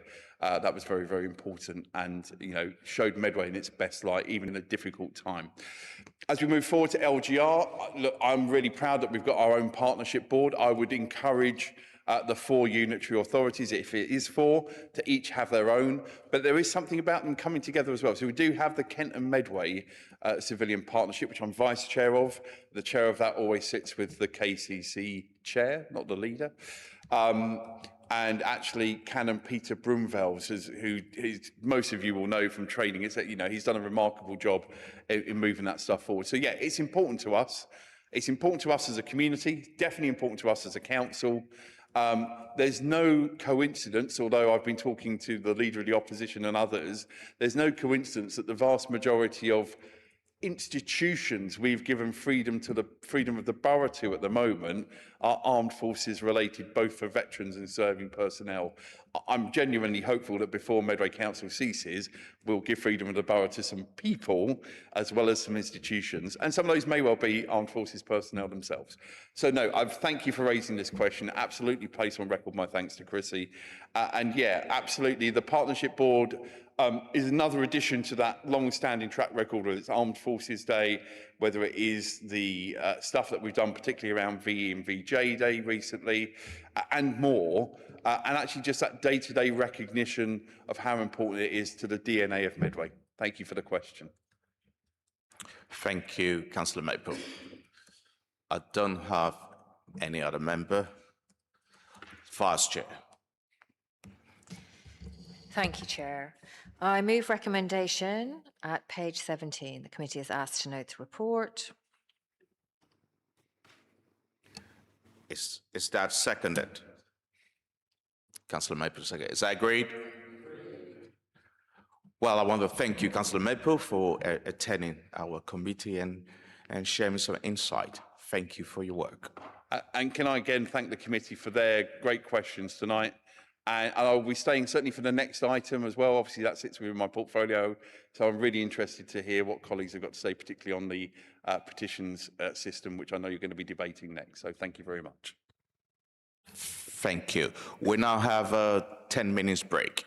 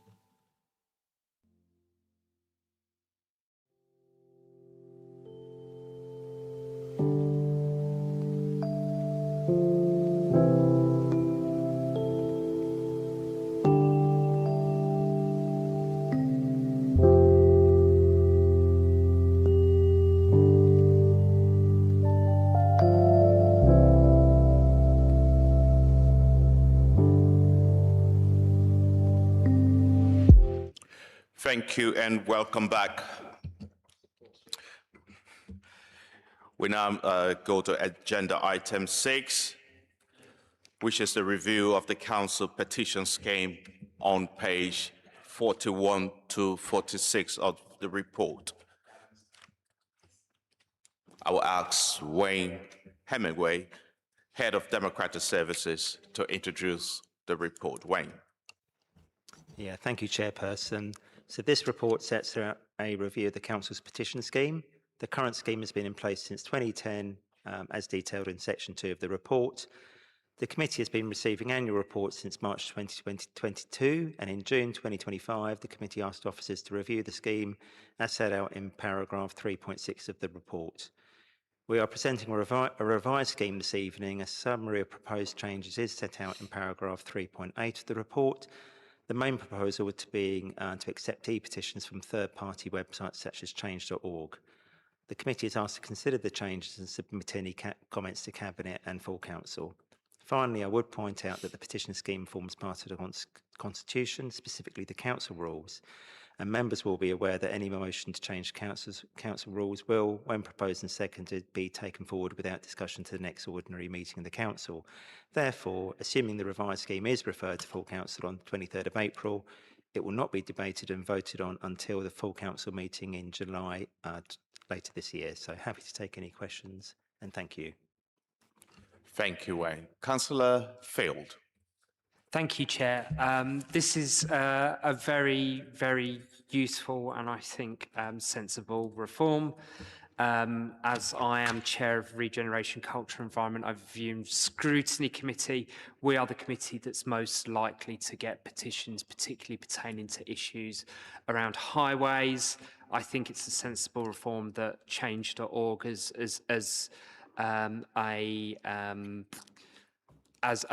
website that many people use for petitions is accepted, and that we adapt our provisions and policies in order to do that. And I just want to thank the colleagues in Democratic Services for all the work they do to enable ordinary residents of Medway to be able to raise issues of importance to the committee. And we've had many fruitful discussions, whether it's boundary walls, whether it's bus routes, whether it's issues to do with traffic and road safety. So thank you, and I will be supportive of this. Thank you, Councillor Field. Councillor Lammers. Thank you, Chair. I imagine not every member will be familiar with change.org, but I am very familiar with change.org. As I'm often reminded, I managed Correspondence Member of Parliament for, I think, at least 8 years, of which at any one time, a quarter to perhaps half of total policy correspondence would have been derived from change.org. So my first question is, what is the aim of the administration trying to achieve here? Are they trying to utilise third-party websites to improve the genuine digital offering to do petitions? Or are they trying to import the practices that specifically change.org are notorious for? And what I mean by that is change.org allows people to register interests, and it sends subscribers push notifications with often false and misleading or limited information, encouraging them to very quickly sign up to an issue, telling them that this will be the exact wording that we'll send to your MP or your councillor on your behalf, like that. And very often in my experience, the descriptions that they gave were completely inaccurate. And I had to go back to thousands of people and saying, thank you very much for your correspondence. However, this is completely mistaken. Please could you put this in your own words? And very often when people did, they realised that when they looked into the issue, it isn't exactly as it was presented. So I have a particular issue with change.org. So my first question is, are we trying to improve a digital offering, in which case, on the face of it, you could perhaps say is fair, or are we trying to import talking points through the back door? Because the other problem I have with change.org is that it is dominated by left-wing talking points. If you look at their top 10 most successful petitions, they're all pro-Labour petitions.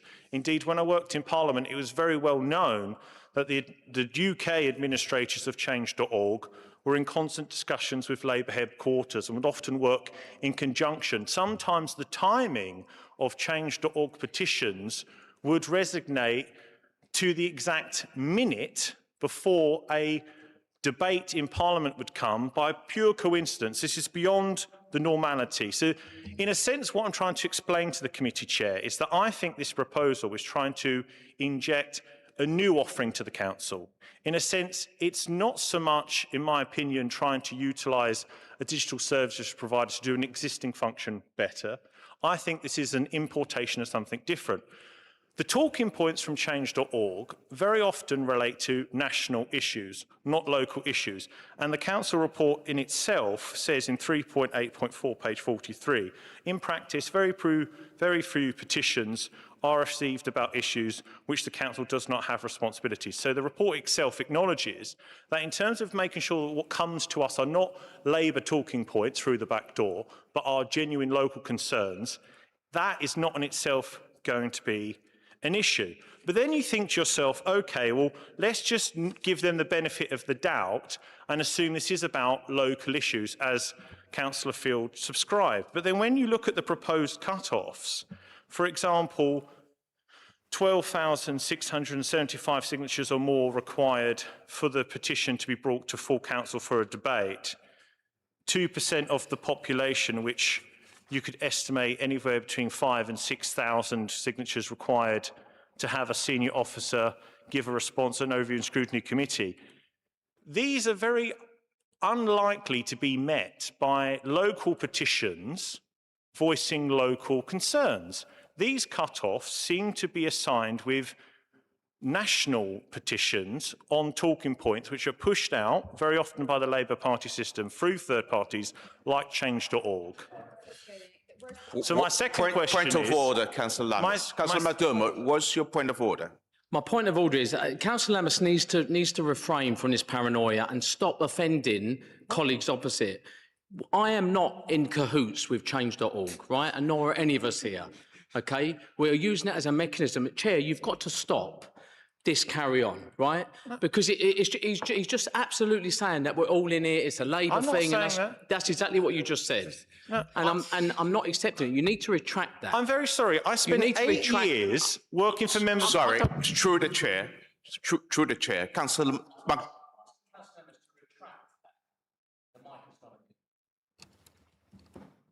to retract the comment about this is a Labour thing, it's typical, and it's all a planned thing here.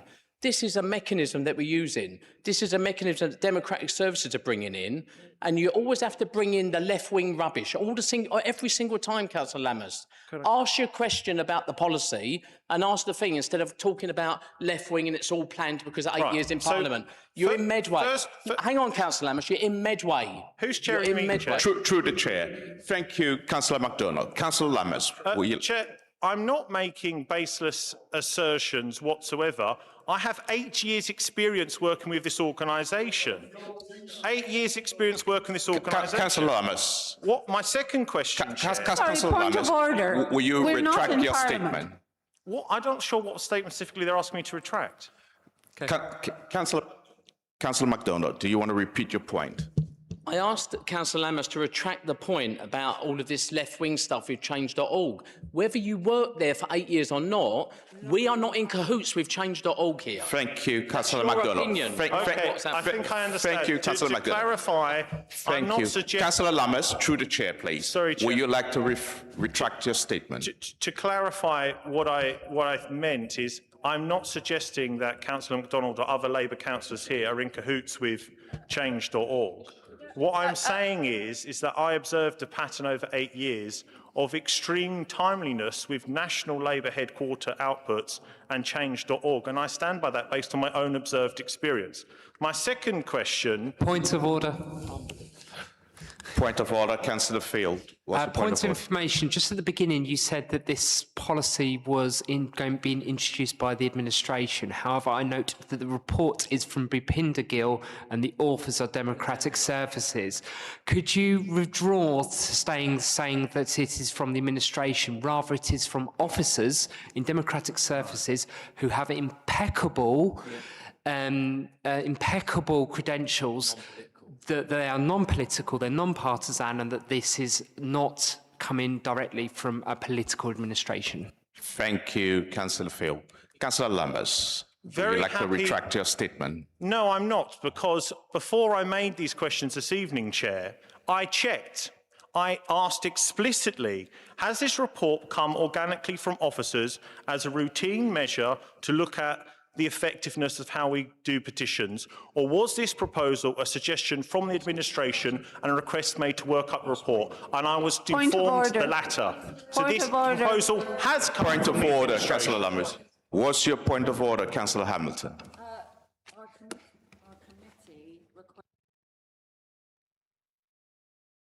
Going. It was our committee, and if you had actually read the paper, you would know our committee requested a review of the current petition scheme. Get your facts right and stop peddling misinformation. Sorry, through the chair. Through the chair. Thank you. Councillor Lammers, through the chair. Thank you, Chair. I'm very happy that it's just been confirmed that this suggestion to look at this again has indeed come from the administration.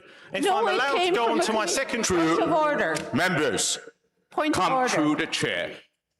Point of order, Councillor Brown. What's your point of order? Point of order is that the Vice Chair has clearly stated that it came from a committee. It didn't come from the administration.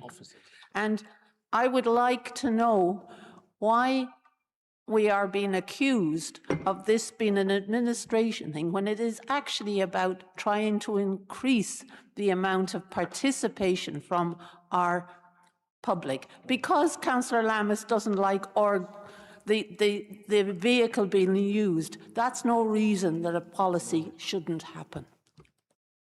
Thank you, Councillor Brown. Councillor Lammers. My second question is aimed at exactly Councillor Brown's point. If we are to assume that this is a genuine proposal aimed at the aims that you suggest and not a way to import Labour talking points through the back door, why is it then the case that the cut-offs of participation do not... Point of order, Chair, please. I would like him to withdraw the comment about backdoor. Councillor Lammers. I'm not going to withdraw it. It's based on my observed experience. I'm not making this up. Councillor Lammers, so my second question can you pose your question? Yes, I would very much like to. My second question is aimed at exactly testing this assumption. This is just the legitimate use of a third party to improve a digital service offer for existing petition mechanisms. Why is it then the case that there is a 5% population cut-off for these petitions to be brought to full council, which the council report estimates about 12,500, I estimate could be as high as 15,000. Why is it the case that the population cut-off for signatures equated to 2% of Medway's population are required for a relevant senior officer to give evidence at a public overview and scrutiny committee meeting? If this is just allowing locals to utilise this existing service as a better offering for what we currently provide in-house, 6,000 signatures is a very high bar. I can't think of a single Princes Park petition that has come to me on a very legitimate local concern that could meet the threshold of 6,000 signatures, let alone 15,000 or 12,500. What I'm worried about is if the council is just trying to use this as a third-party thing honestly, I think we need to look again at these thresholds.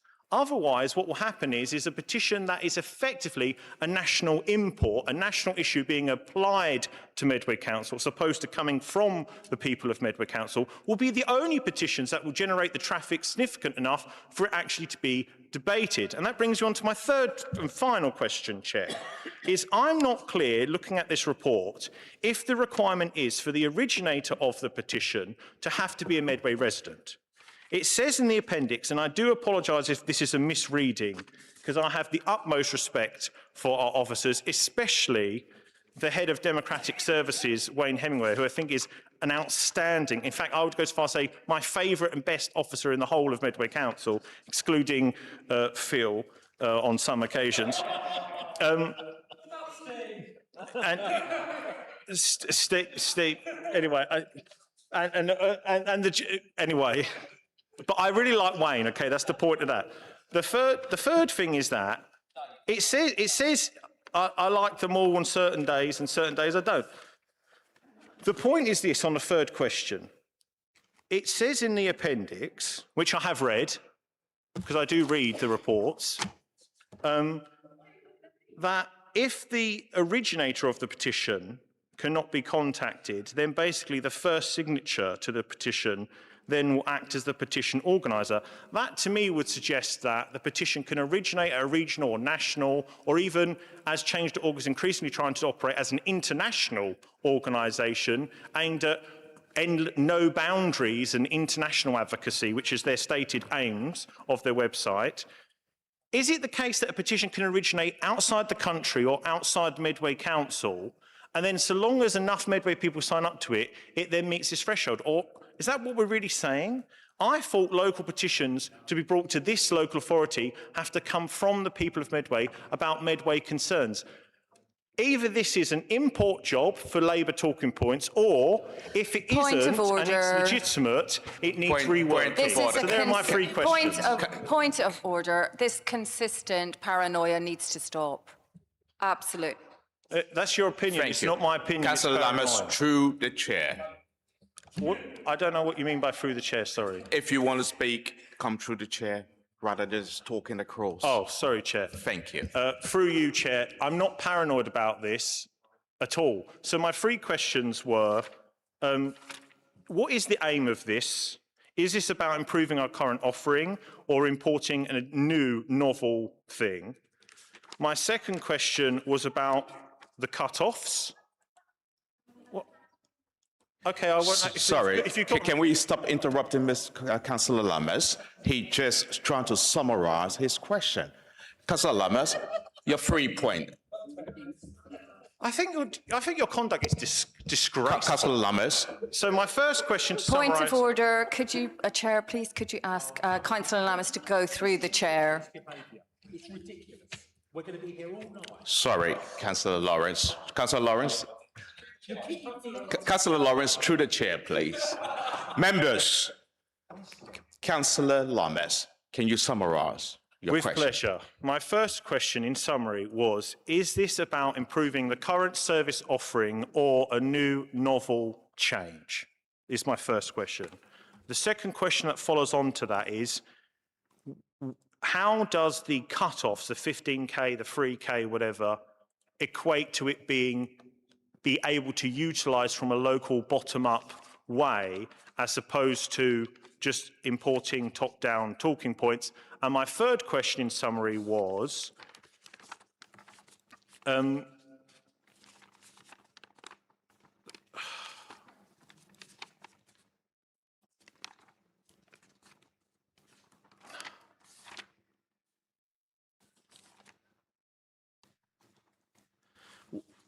why is the rules not ensuring, and if they have, and I've misunderstood, please correct me, why are the rules not ensuring that the originator must come from Medway and the signatories must come from Medway? Because my reading is that it could lead to external things being imported. Thank you, Chair.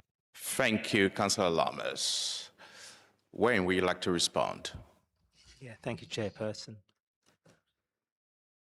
So in terms of the first question, if I just go back to obviously the aims of the changes, I don't think I've really got anything to add in terms of other than this just being an opportunity for the committee and then obviously Cabinet Council decide whether they wish to widen access to the petition scheme by using those third-party websites as per change.org as an example of that. And that really flows back from the committee's decision in June 2025 to ask officers to have a look at it. And again, just making the point that the scheme is unchanged since 2010. So we have a scheme which is over 15 years old. I think the second question, Councillor Lammers, was about cut-offs. So we've not proposed any changes from the existing scheme to the current scheme or to the proposed changes, which is obviously the 2% and 5%. So within the report, we do talk about keeping things under review. So again, you know, we come back to you every year anyway. So we just need to see what happens. And obviously, if there is an issue about you know, a marked increase in those petitions, and particularly those who have those kind of direct references into either scrutiny or full council, that would be something in your gift to look at, and obviously that could be varied at a future date. And the third point around the lead organiser, Councillor Lammers. So again, within the revised scheme, we say the lead organiser must be a Medway resident, so that would need to take primacy even if that's not identified. That works more on potentially hard copy petitions. Sometimes they come into us, so that's less of an issue, or really isn't an issue in terms of e-petitions. And then the issue about those signing petitions, the current scheme does not state that they must be Medway residents, so we wouldn't look to limit that now when the current scheme isn't. So I hope you find that helpful. Yeah. Thank you, Wayne. Would you like to come back? Yeah, thank you, Chair. So what I hear then, so basically they're trying to essentially not change the existing scheme, but just import change.org as a source.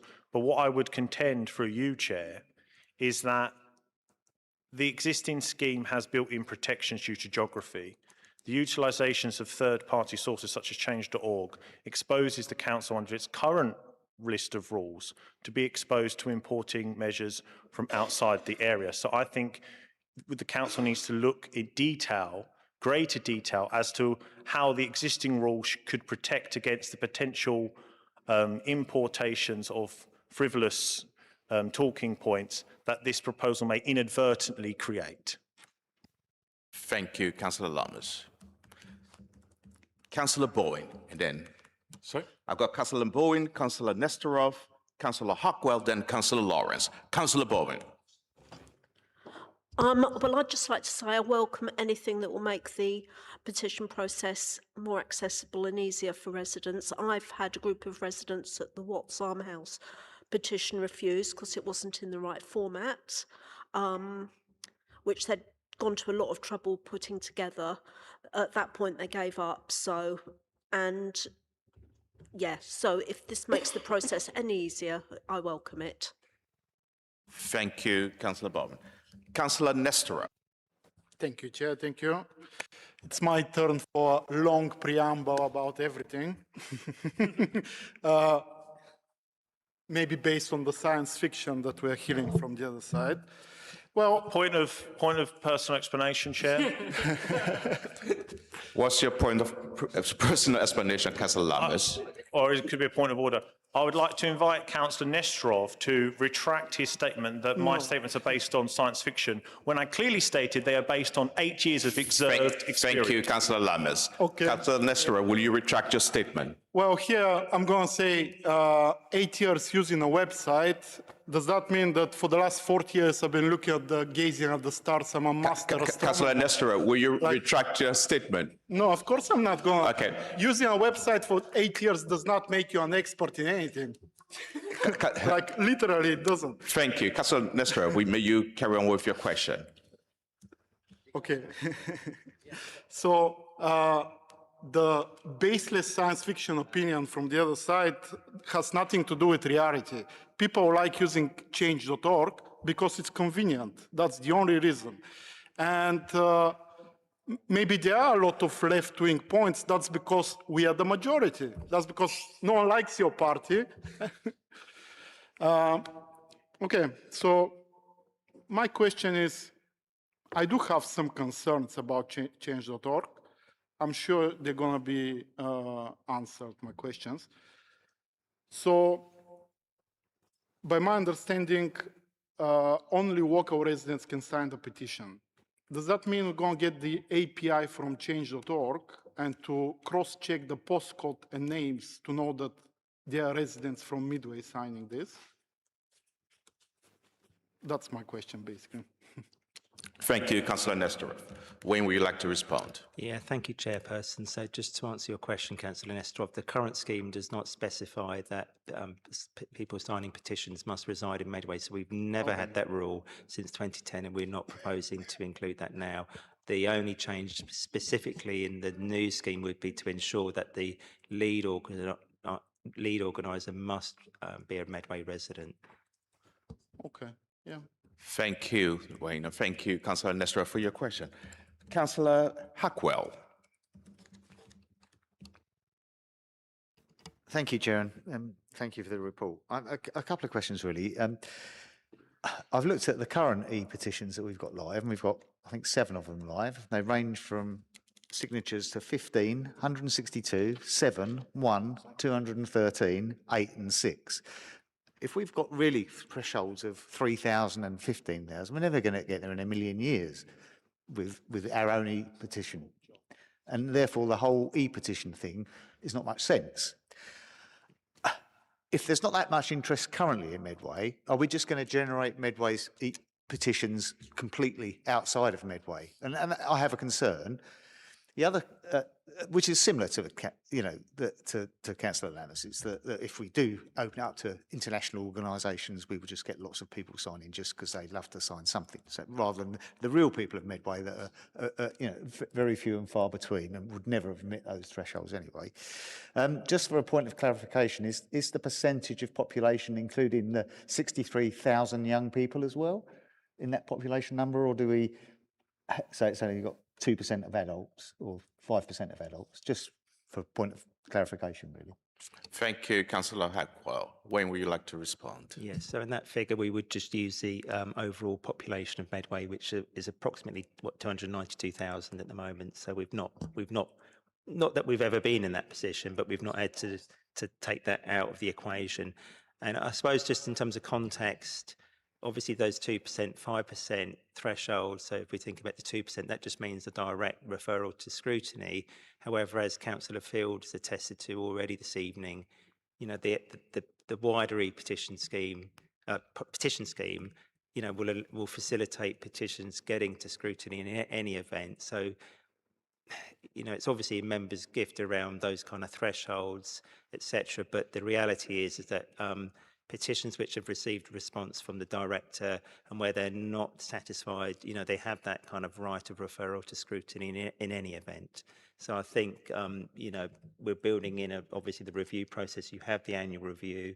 So obviously, depending on, where this goes in terms of member approval, there'll obviously be those positions in place where, on an annual basis, the committee, Cabinet Council could turn around and say, well, we need to tweak this. So I think it's that usual thing about if council is minded to agree that, obviously then, 12 months down the line, you could review it, decide actually, yeah, we do want to change the thresholds.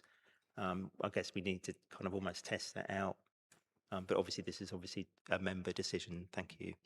But just to come back on that, but our current e-petitions are such low numbers, you know, compared with the 2% of the overall population. We're never going to get anywhere near that. And this is local issues from local people. The biggest one, 263 for a speed camera. So, you know, maybe we should debate the thresholds next year, after it goes live or whatever, but make sure that we put on the agenda that we look at it, because you know, if it changes dramatically and it's lots of signatures from people outside Medway, then we're not really. Yeah, so let's go with it. My proposal is let's go for it for this year. Make sure that we review it next year with numbers. Is that a proposal? Thank you, Councillor Harkway. Is that are you proposing a recommendation? It is from me. Is that seconded? Yeah. Councillor Lammers, is that agreed? Agreed. Great. Thank you. Wayne, would you like to come back? I don't know if there's anything else for me to come back on. Thank you. Councillor Lawrence. Yeah, I think just given what Councillor Hackwell said, I think there is a danger that we will be swamped in petitions, but actually there is a caveat to that, because we could only consider petitions that are in the gift of the council, related to the council's work. I was quite surprised by that 2% number, to be honest with you, because the reason people sign petitions is they feel they're not being heard. And, you know, maybe that, but, you know, Councillor Hackwell has dealt with that. I think the only other point, Councillor Lammers, I do think we need to listen to all councillors around this table with respect. It don't matter that he's Reform or I'm a Conservative or you're a Labour. Genuinely, you know, I've seen some behaviour tonight I don't think actually benefits us all. But I'd just like to say one final point on this. I think petitions could be a really good way to engage residents. And, you know, this administration, I think, has done a reasonably good job in terms of going out and engaging residents and listening to what people have got to say via petitions could be an important part of that mechanism. Thank you, Chair. Thank you, Councillor Lawrence. Wayne, would you like to respond? Yeah, thank you, Chairperson. So just to, again, just look at the petition scheme in a kind of slightly wider. Obviously, you know, petition comes in, so we would always check it fits with the existing scheme in terms of the criteria. Anybody who submits a petition, it's a valid petition, will get a response from the relevant directorate. Obviously, if they're dissatisfied with that response, they've got that right of referral to scrutiny. So I think to an extent, the 2% and the 5% thresholds are possibly, yeah, they're a little bit of a red herring. They're in the original scheme from 2010, which was in response to legislation at the time. And that was repealed in 2012 through the Localism Act. But at the time, the councillors then at full council were happy with the existing scheme, which is why we've still got that. In terms of revising the scheme, we've just looked at how it works in practice. We've left those figures in there because it just seemed inappropriate almost just to remove them, you know, unilaterally as a proposal, which is why they've left in there. But I think, you know, we'd just like to reassure members that in terms of those petitions which are valid, are obviously logged, processed by our team. They obviously are dealt with properly. They go out to the directorates. You get the annual report. So we've had those reports since 2022 where you can see the numbers, etc. And as I say, the proposal here is just to widen that kind of, you know, a different way of enabling local people to obviously submit those petitions, noting that obviously we're writing into the scheme that obviously the lead petitioner must be a Medway resident. So hopefully that's helpful for members. Thank you, Wayne. Councillor Hamilton. Thank you, Chair. I'm probably going to have to, hopefully Paul will be able to reassure me on a couple of the questions I've got. It relates to 5.4 in relation to AI. And just in terms of, I would be very keen that we have a prove you're not a robot put onto the petitions. Absolutely. I'm not 100% assured that AI technology will not be able to manipulate our petition scheme at the moment. So I would really like that as a recommendation, that we do have prove you're not a robot as part of any scheme moving forward. And then just to reiterate, I fully support anything that will expand our residents' ability to engage with the council and shape the future of Medway. And I think expanding the petition scheme through forms that they are used to using is a helpful way of doing that. Albeit maybe not ones that we might all agree with, but I think if people are used to using certain systems, let's encourage them to use that so we can increase participation around local issues. And just on a final point, there are many stakeholders who have interests in Medway who may not be residents of Medway, and therefore we need to ensure that the views of potentially businesses and other stakeholders who contribute to the growth and well-being of our residents are not excluded due to some views that are held around the table today. Thank you. Thank you, Councillor Hamilton. Wayne, would you like to respond? Yeah, thank you for your comments, Councillor Hamilton. I think in terms of paragraph 5.4, we would need to go back to our software supplier, Civica, to have those discussions to add that functionality in. Thank you, Wayne. Point of clarification, Councillor Lammers. Is the Councillor Hamilton suggesting that very good point about for the domestic service, or is that a requirement for change.org to operate that check service? Is she talking in general terms or just specifically for the domestic current provision we have with our website? I just don't know. Thank you, Councillor Lammers. Councillor Hamilton, would you like to comment? Refer to 5.4, where it is mentioned explicitly that the service could consider putting a prove you are not a robot on the registration page. Thank you, Councillor Hamilton. Councillor Brown. Thank you, Chair.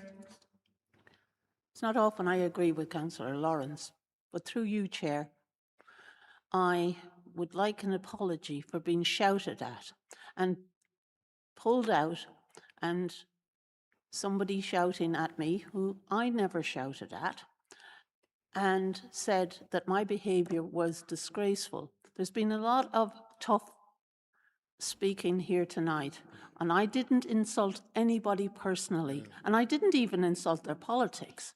So I really feel that I am owed an apology, and through you, Chair, if Councillor Lammers doesn't give me one, I would expect you to do it on behalf of the committee, because I was badly treated here tonight. Thank you, Councillor Brown. Councillor Lammers, would you like to respond?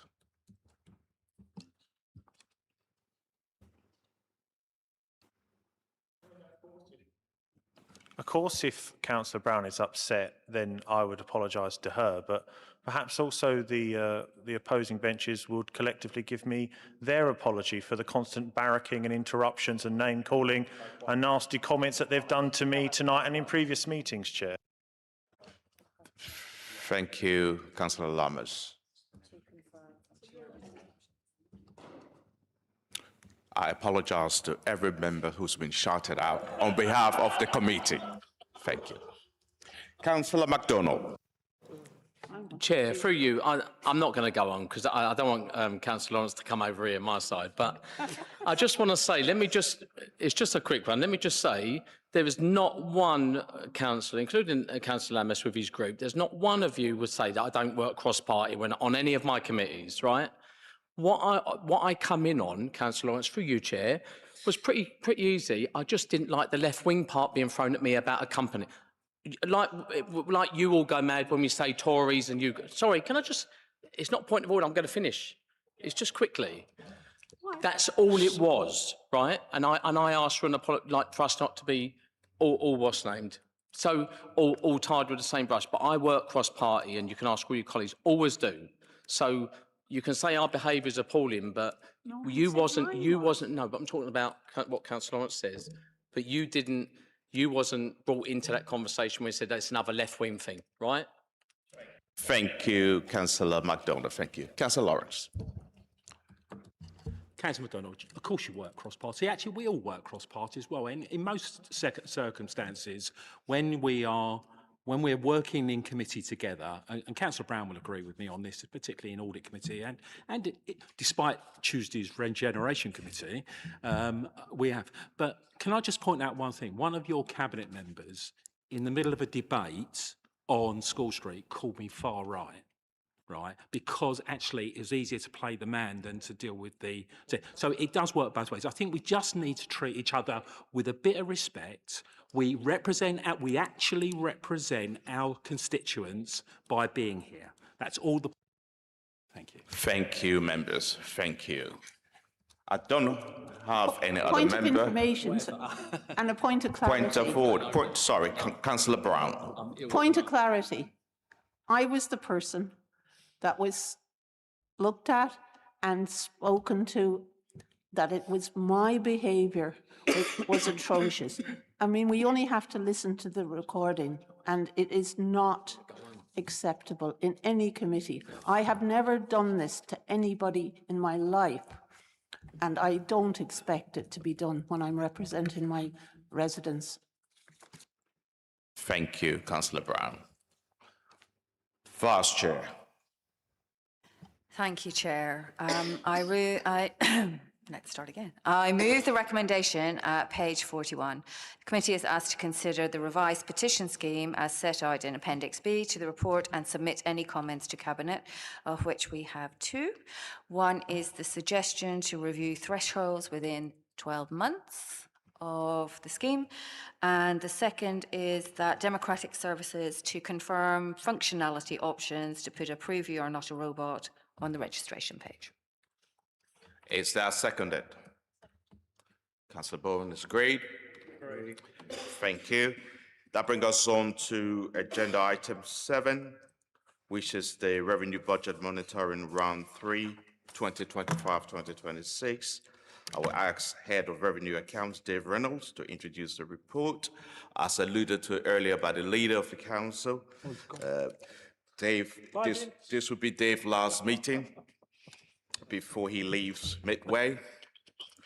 I'm sure that everyone will love will join us to thank him for his hard work and his support during his time with us. I'm sure the committee would like to wish him well for the future. Thank you. Thank you, Dave.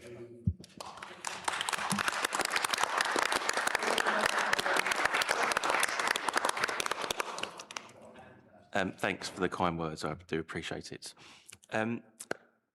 Okay, as is my last report, I will do a brief introduction again.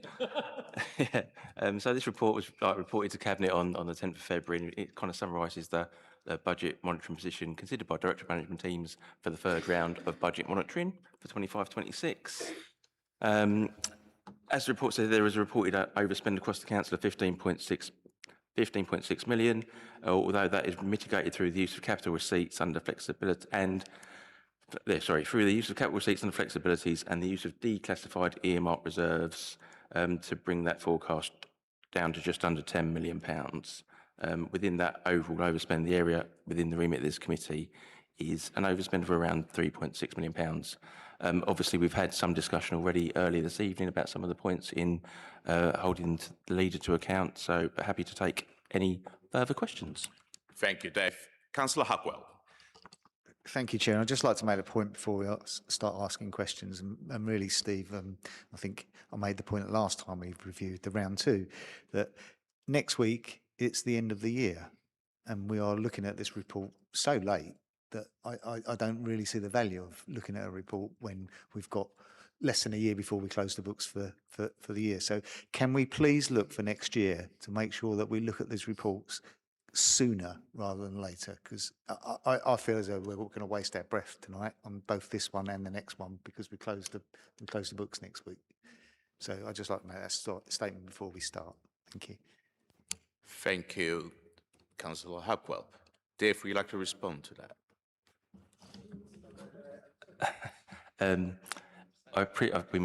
As we said last year, we fully appreciate the lateness in the year of this report. It is constrained by the reporting to Cabinet, and this is the immediate cycle after the February cabinet that the report goes to, which makes it impossible to bring the round 3 monitoring any earlier. I believe, Wayne, we've probably set the kind of the programme of meetings for 26, 27 already, so it probably makes that request quite difficult or impossible to kind of service. We'd need to give it some further consideration, so I can only apologise for that. Thank you, Dave. Councillor Lawrence. Thank you, Chair. Just a couple of questions again, Dave. Just a bit of concern around the use of capital receipts to fund transformation. Obviously, if we're using capital receipts to fund transformation, we're not actually reducing our debt, which means we're maintaining our interest bills higher than it would need to be. I'm just wondering whether officers feel how much more sustainable, how long that is sustainable for, because they will get to a point where the assets that we're disposing of, we're getting rid of the best assets, and then you get left with the middle bit, which becomes increasingly more difficult to dispose of.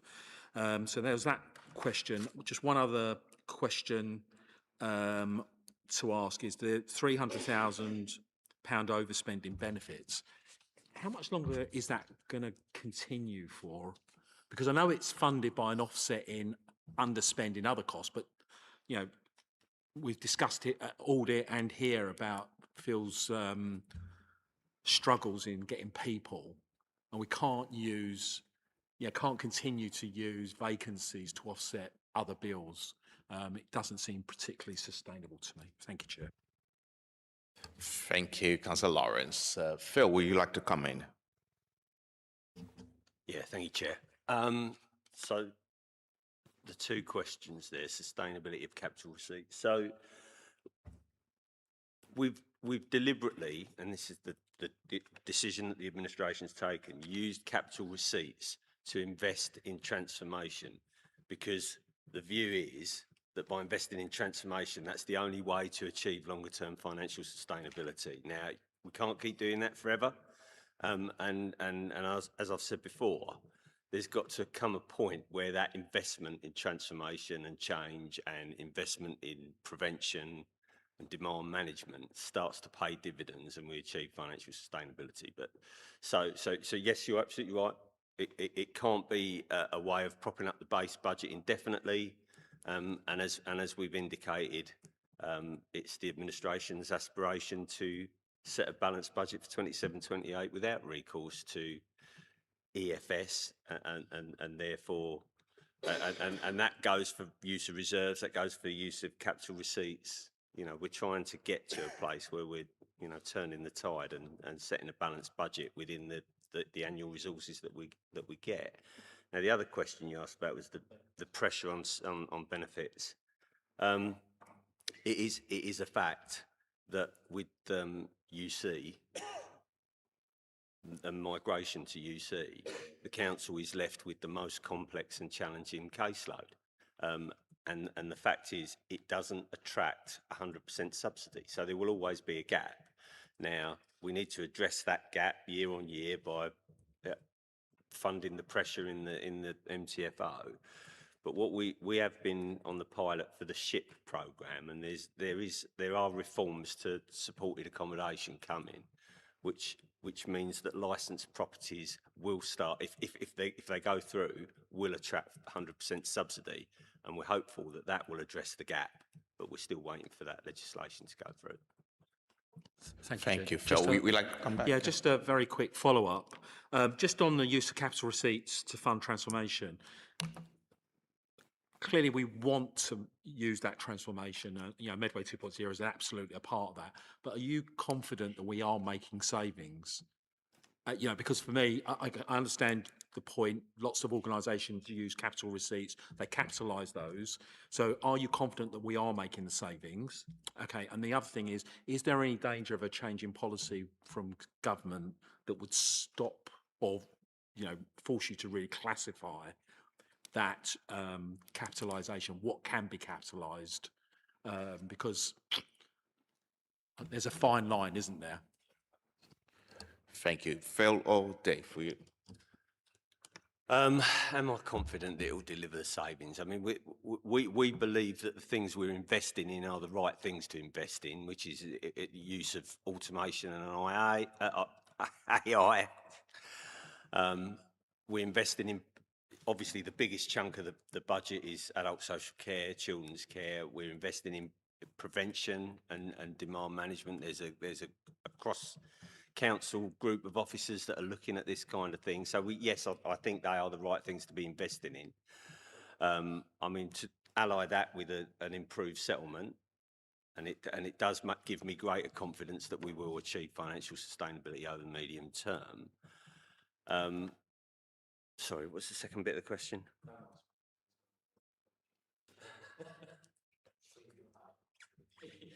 Sorry, what? Yes, right. Yes. So the capital receipts flexibilities that was extended to I think it's 2000. Sorry, is it March 28? I thought it was longer than that actually. I thought it was 30, but I think it's 30. But we'll check, and if I'm wrong, I'll correct it. But I think that the flexibilities that we currently got are extended to 2030. Now, if a change in government changes those rules, they can't retrofit it. But it would create a, yeah. Thank you, Councillor Lawrence. Thank you, Phil. Councillor Lammers. Thank you, Chair. I'd like to ask a question specifically for David to answer, if you don't mind, Phil. David, you've got 4 weeks left. You've signed your new contract. You've handed in your notice. Very little keeping you quiet now. So my question to you is, based on your entire time looking at the finances in Medway, what is your honest assessment looking back as to the state of things? For example, could it be the failure of the administration to understand how lending rates work? Could it be policy decisions which are based on wishful thinking and not sound financial decisions? Could it be the abuse of reserves or the addiction to exceptional financial support? I don't imagine you can be as colourful as that, David, but what is your honest assessment of the finances of Medway, given that you're departing? Thank you, Councillor Lammers. David, would you like to respond? So obviously I'm not going to respond in any political way whatsoever. What I would say is that in the time that I've been here, the continual pressures are around demand-led services for vulnerable people, and that is what has driven the kind of the increase in kind of expenditure over those period of years. That doesn't show any real sign of letting up. It makes setting balanced budgets incredibly difficult, but we do have taken account of that in the kind of the MTFO and setting the draft budget for 26-27 as best we are able to. They are all plans. Things may not turn out as planned, but I would sit here saying that I'm comfortable with the 26-27 budget is as thorough as we could do. I mean, none of us want kind of to rely on EFS, but it is been actually kind of an essential thing to get us through the last couple of years, and has given us the time to kind of put those transformation activities into place, which hopefully will start to turn around kind of expenditure, especially in social care services over the coming years. It's difficult to say much more than that, I think. I thank David for his honesty. I think the committee would agree, Chair, through you, that it has certainly been an essential requirement to rely on EFS for the last couple of years. My second and final question, Chair, if I may, could be answered by whoever. Earlier on in the scrutiny to the leader, I referred to potential implications that could happen and have been observed elsewhere when commissioners are forced to come in and make swift cuts to frontline services, because these are big, easy targets. What is the council's assessment of the vulnerability of our now, unfortunately, rare weekly bin collection service that we, all parties, promise to maintain. Is that a genuine material risk if commissioners were to come in the event that the council is declared bankrupt and the commissioners have to come in? Thank you, Councillor Lammers. Phil, would you like to respond?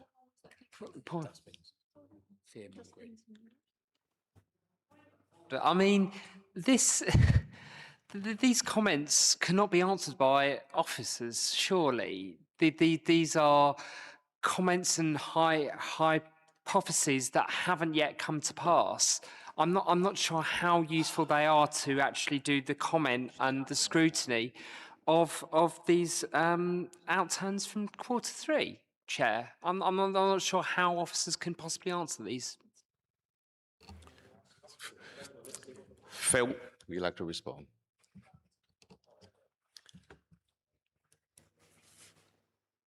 So before we first embarked on exceptional financial support, we requested that SIPF came in and undertook a resilience review. They've subsequently undertaken an assurance review that was commissioned by the government on the back of our EFS request.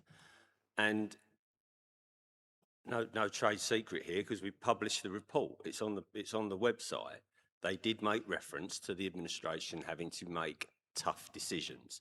Now they cited some of those as examples, but ultimately it is for the administration to make those decisions and set a budget. At the moment, MHCLG are accepting that our trajectory to achieve financial sustainability is in the right direction. That's the last conversation I had with them. Our EFS ask in year one ended up being 20 million. For year two, at the moment it's about 28. For next year, we've requested £10 million, and that seems to be enough to satisfy MHCLG that we're on the right path. But you know, we will be subject to an assurance review again in the summer, probably, on the back of the latest EFS ask, and it'll be interesting to see what they recommend that the organisation needs to do at that point. So just for clarity, Chair, and for the benefit of Councillor MacDonald and Councillor Brand, who were discourteous and spoke throughout the entirety of your answer, you're stating clearly... Point of order, Chair. No, point of order. I am looking, I've not got my computer and I'm looking at the papers, Councillor Lammas. My computer's not working and I'm looking at the papers, all right? Concentrate on your question. I believe you. Thank you. Councillor Lammers. So just to be absolutely clear, that the Chief Operating Officer has said that in the cited published examples of the quality assurance assessment that was conducted as a prerequisite to get EFS, that weekly bin collections was cited as a material risk of being taken down by commissioners in the event they had to be called in. Thank you, Councillor Lammers. Phil, would you like to come back?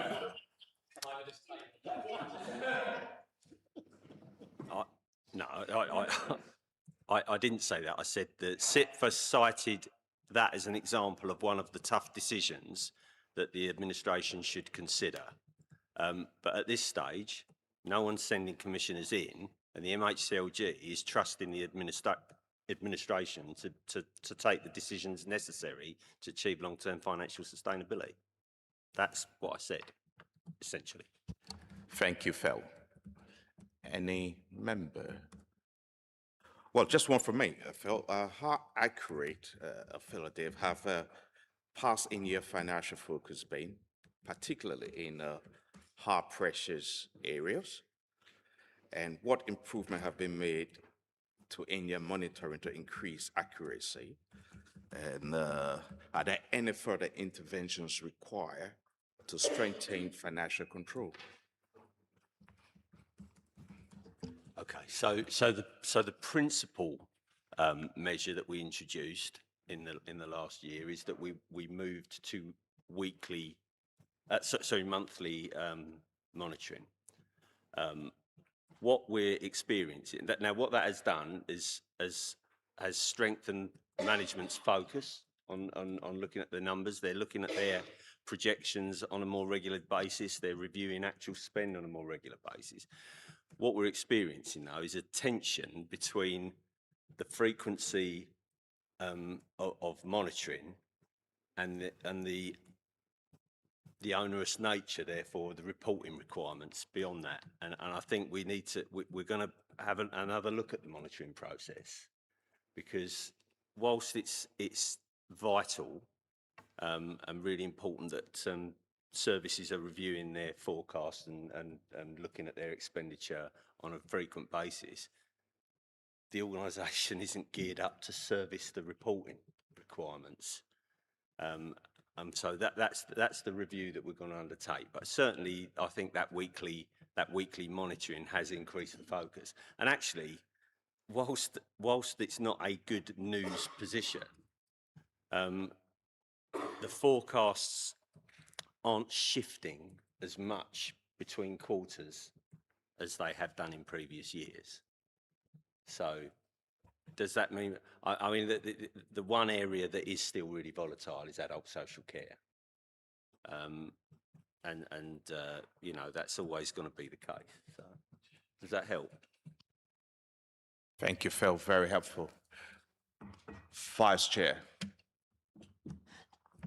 Thank you, Chair. I move the recommendations as written at page 63, so recommendations 1.1 to 1.5. Chair, just for seconded? Just for the benefit of the Vice Chair, also, I know we did vote in, but just make sure we do propose or saying it will be up if them papers come in earlier, just to make sure it is on there. I know we put our hands up earlier, but let's make sure it's in there. I will add that in, that we request a more timely arrival at committee for the papers in future.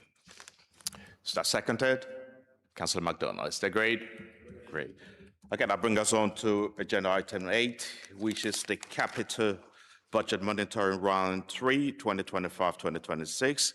I'll ask the head of corporate accounts, Andy McNally Johnson, to introduce the report.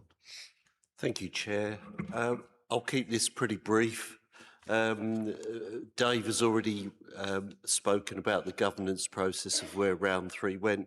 Capital budget monitoring followed exactly the same route. Just a brief explanation of where we are.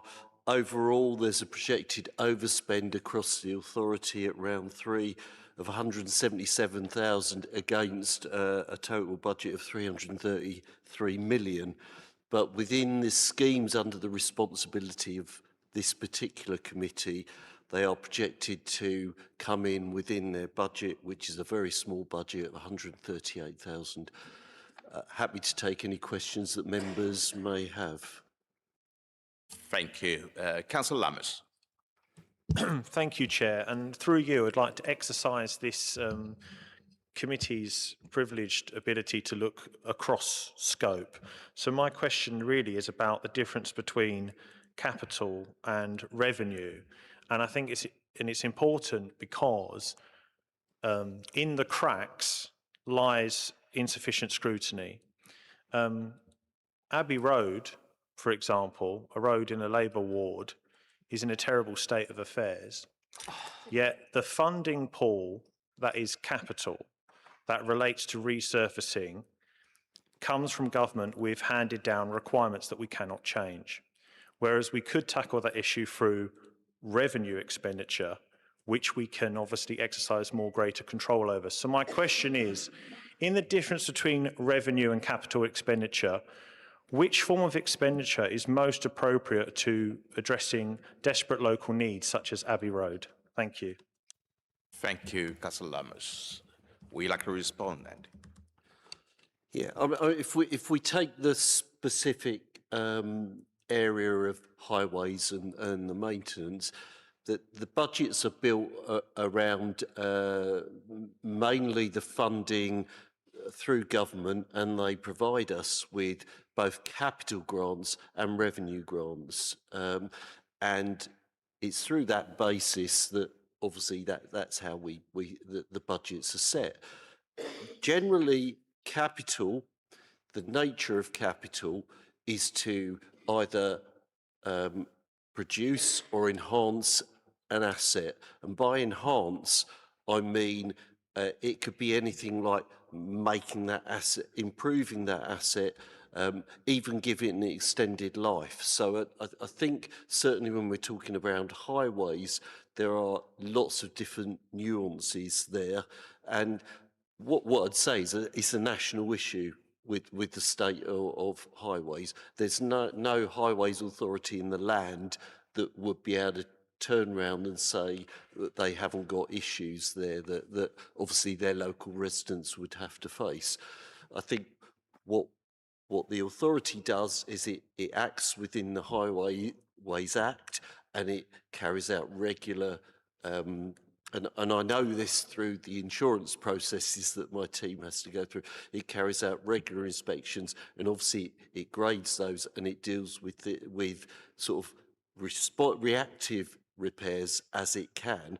But from a planned repair point of view, that's where your capital type issue will come in, and obviously we will have a whole programme of planned maintenance that would go through the capital programme. I don't know if that answers the question. Do we come back, Councillor Love? Yes, thank you. That is very interesting. A very good. Thank you for your reply about the difference between capital and revenue. Of course, the point I was trying to make through the question is that there are strings attached to capital grants, as there can also be with revenue grants. But in grants in general, which is the main funding pool, there are strings attached. Those strings, in this particular case of Abbey Road, sadly prevent the council using government money to make desperate road repairs. I think members would be interested, through you, Chair, to discover that the revenue pot, the so-called pothole fund that exists in this particular point, for a size of authority the size of Medway, is only £500,000. So in terms of the money that doesn't have strings attached, we don't have a lot in that pot. And if we put more money in that pot, we could help improve the roads in Medway. But thank you very much. Thank you, Councillor Adams. Councillor Lawrence and then Councillor Huckwell. Thank you, Chair. Just a better understanding of the delays on the CCTV work that's holding up the final bit of the work that is going on. And I think I made this comment last time. I'm really surprised there's no forward budget for the ICT, because we have to keep spending. I was actually looking at this, we're replacing 2008 Windows servers, and I'm assuming we're doing, but surely you're going to need to keep spending to keep everything up to date. And I'm just wondering what the corporate view is on, or maybe there's a proposal floating around waiting to be agreed. But I certainly asked this question last time. And I think your answer, Paul, was, yes, there is money to come, but it's not being shown in any of these figures. Thank you, Chair. Thank you, Councillor Lawrence. Paul, would you like to comment? Yeah, so in relation to the ICT, so this was the data centre capital refurbishment.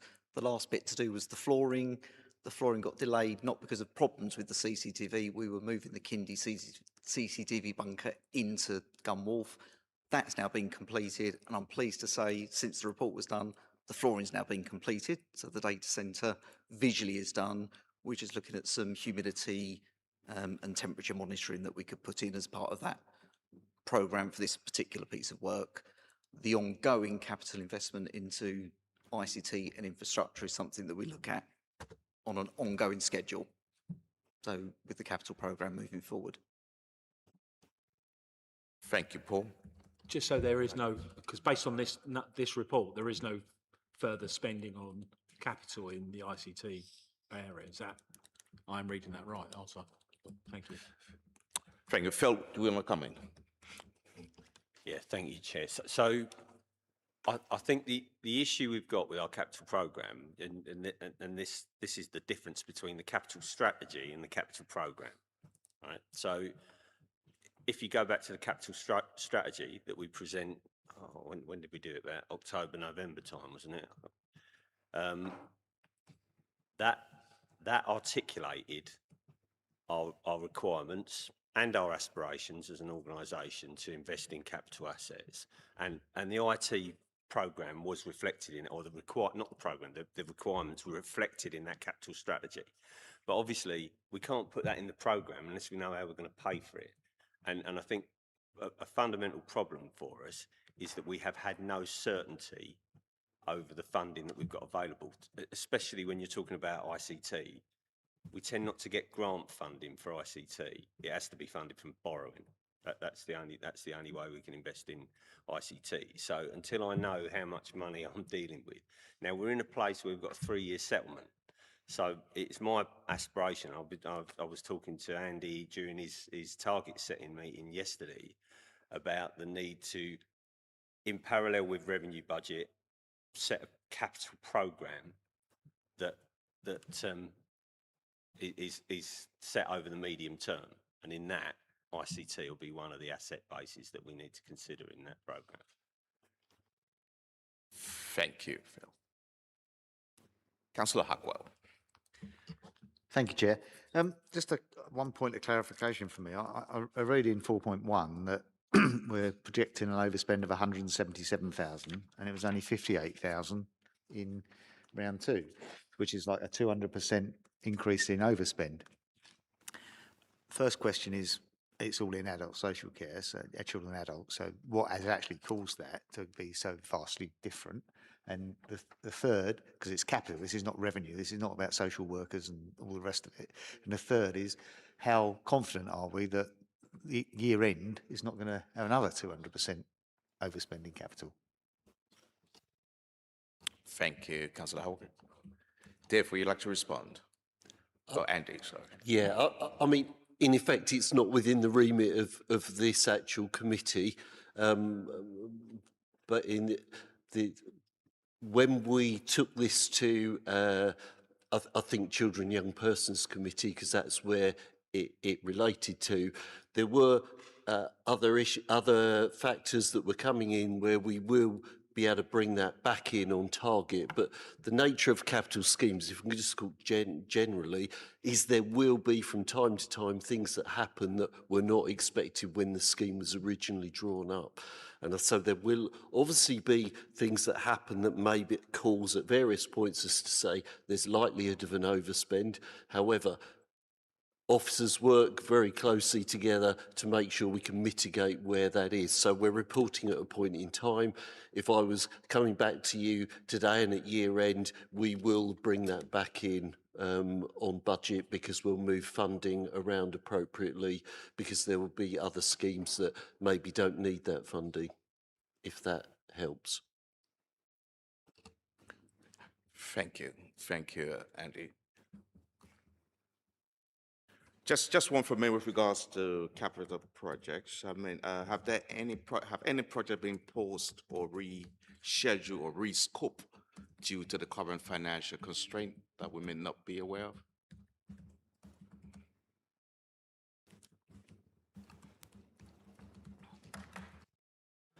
Yeah, no. At this point in time, there's nothing like that happening with the current scheme. Members will be aware at one point we had to re-look at the whole Innovation Park Medway, but that's something that's happened, and we've agreed a new way forward on that one. But with regards to existing schemes, no, there's nothing such as that. Lastly, for me, are there any planned disposal at risk of delay?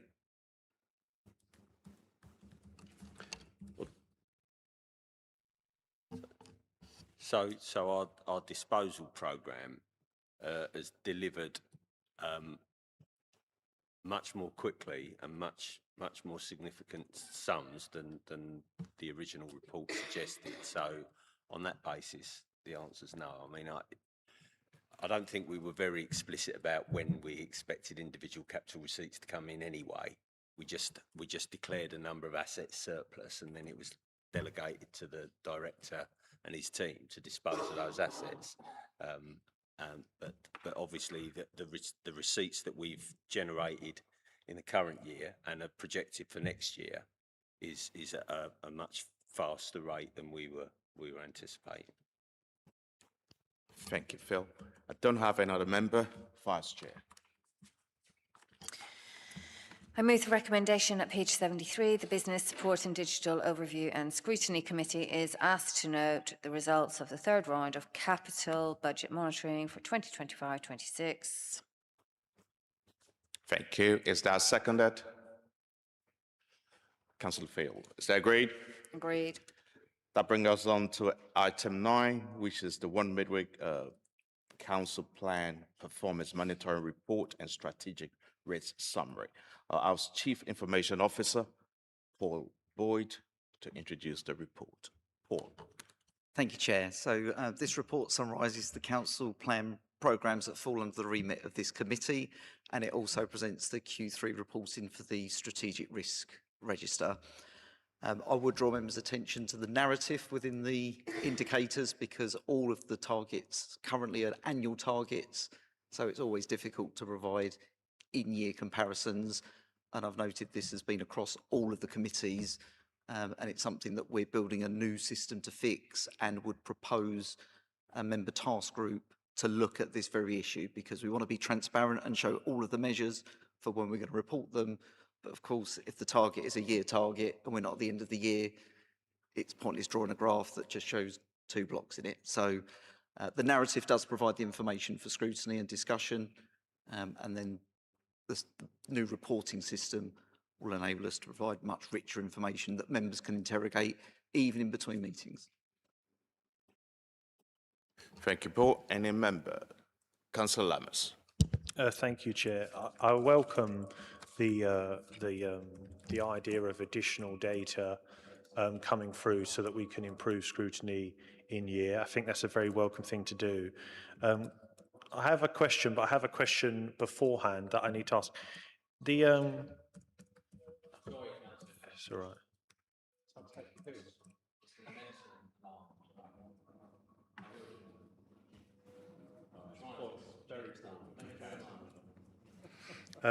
I thank you for the in-year work that you're doing, and my question relates to in-year changes. Actually, it says here that the latest report or for the new targets, etc., was agreed at full council at the February budget meeting.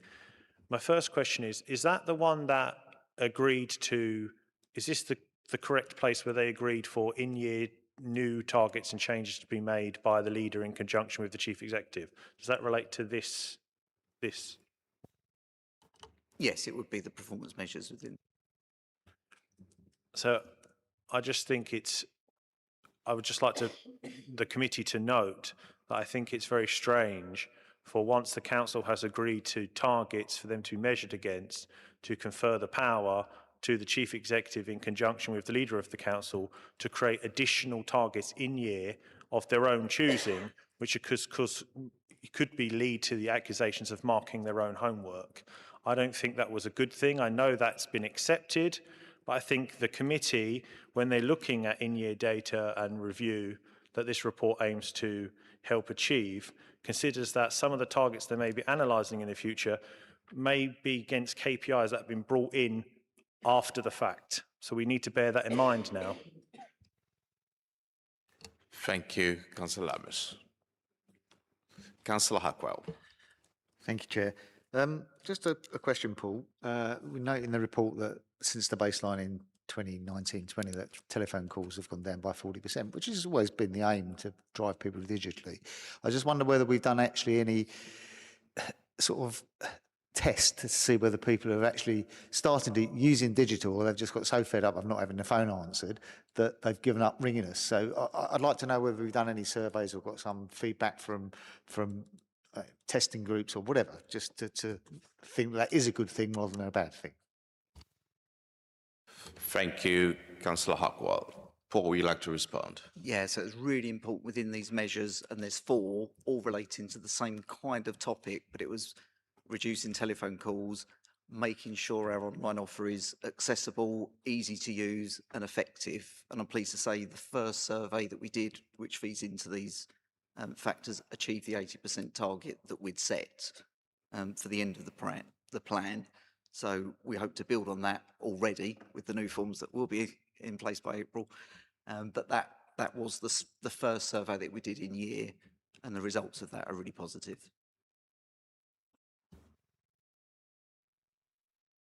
Thank you, Paul. Councillor Lammers, would you like to come back in here? What does the council agree would be an acceptable use of that new additional power of the chief exec in conjunction with the leader, bringing in new in-year targets. What is the realistic application of that we can expect to see so that we can know when it's coming and be assured that it's not marking homework? Thank you, Councillor Lammers. Paul, would you like to respond to that? Or Phil? Thank you, Chair. I think it's a provision that's in there so that if something happens in terms of national policy and that there's a new measure or metric that's introduced or a new power that's introduced that requires the council to act on it, and it allows us to put that into the council plan. That's essentially why it's in there. Thank you, Phil. So do you understand that, Chair, to mean, therefore, that the only correct use of that power would be in response to a national requirement for, like, as you just described, and any other example would be perhaps impermissible? Is that the position of the council?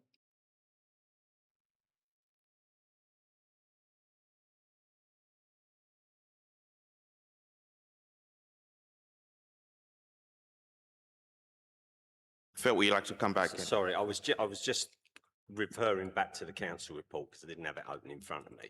And the recommendation was the council is requested to agree to delegate authority to the chief executive in consultation with the leader of the council to agree new key performance indicators and interim targets on the basis that it's a new power that's been introduced, where applicable, as set out in paragraph 3.8 of the report. I would not expect that power to be used to take targets out, if that helps.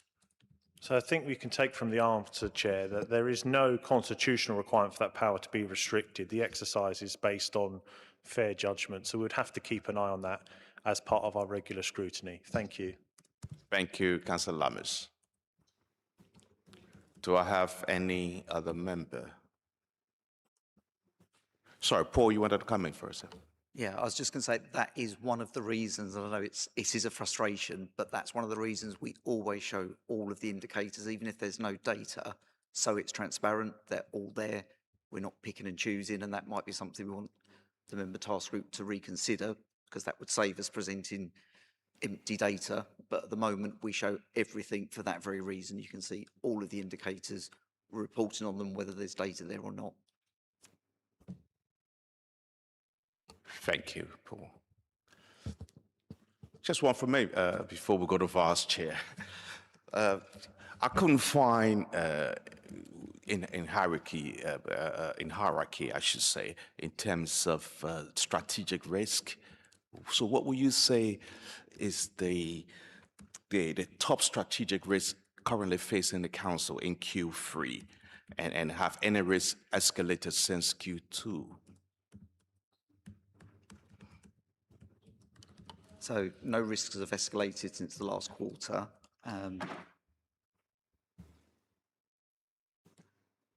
Sorry, I'll just get the current strategic risk register is listed in Appendix 2, I believe. Just getting there. I couldn't find that. Maybe I missed it. Yeah, page, did you find it? 89. And unsurprisingly, insufficient budget. We've had the finance discussions. That would be the key risk. Budget and finance. On the risk register, but there's others on that strategic register. Thank you. Vice Chair. Thank you, Chair. I move the recommendation at page 77, 1.1. The committee is asked to consider the Q3 2025-26 progress of the performance indicators used to monitor progress of the council priorities as set out in Appendix 1 to the report. 1.2. The committee is asked to note the strategic risk summary as set out in Appendix 2 to the report. Is that seconded? Councillor Jones. Is it agreed? That brings us on to agenda item 10, the work programme. I ask Steve Dickens, Democratic Services Officer, to introduce the report. Steve. Thank you, Chair. So members just asked to note the work programme as set out in Appendix 1. Happy to take any questions. Councillor Lammers. Thank you, Chair. Something I did raise in the pre-meeting, but has not made its way into the minutes, is to the extent of which this committee has the ability to call for scrutiny, or perhaps not often, of course, but on an odd occasion, have the attendance of the chief executive of the local authority.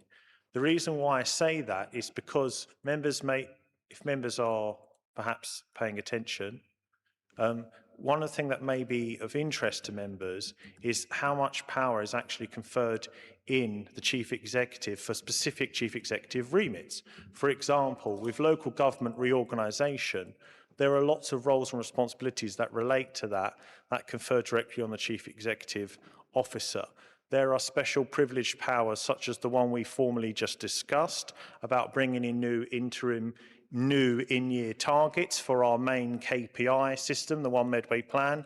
That power confers directly to the leader in conjunction with the chief executive. So much like we had Vince Maple, the leader of the council, attend this evening, might it be an idea for a report to be produced that perhaps comes to this committee or another committee thinks more relevant, Chair, that looks at the specific remit of chief executive powers only to ensure that they are scrutinised just in the ordinary function that everybody else is? Thank you, Councillor Lammers. Phil, would you like to respond to that? I think Mr. Medway can respond to this. Wayne.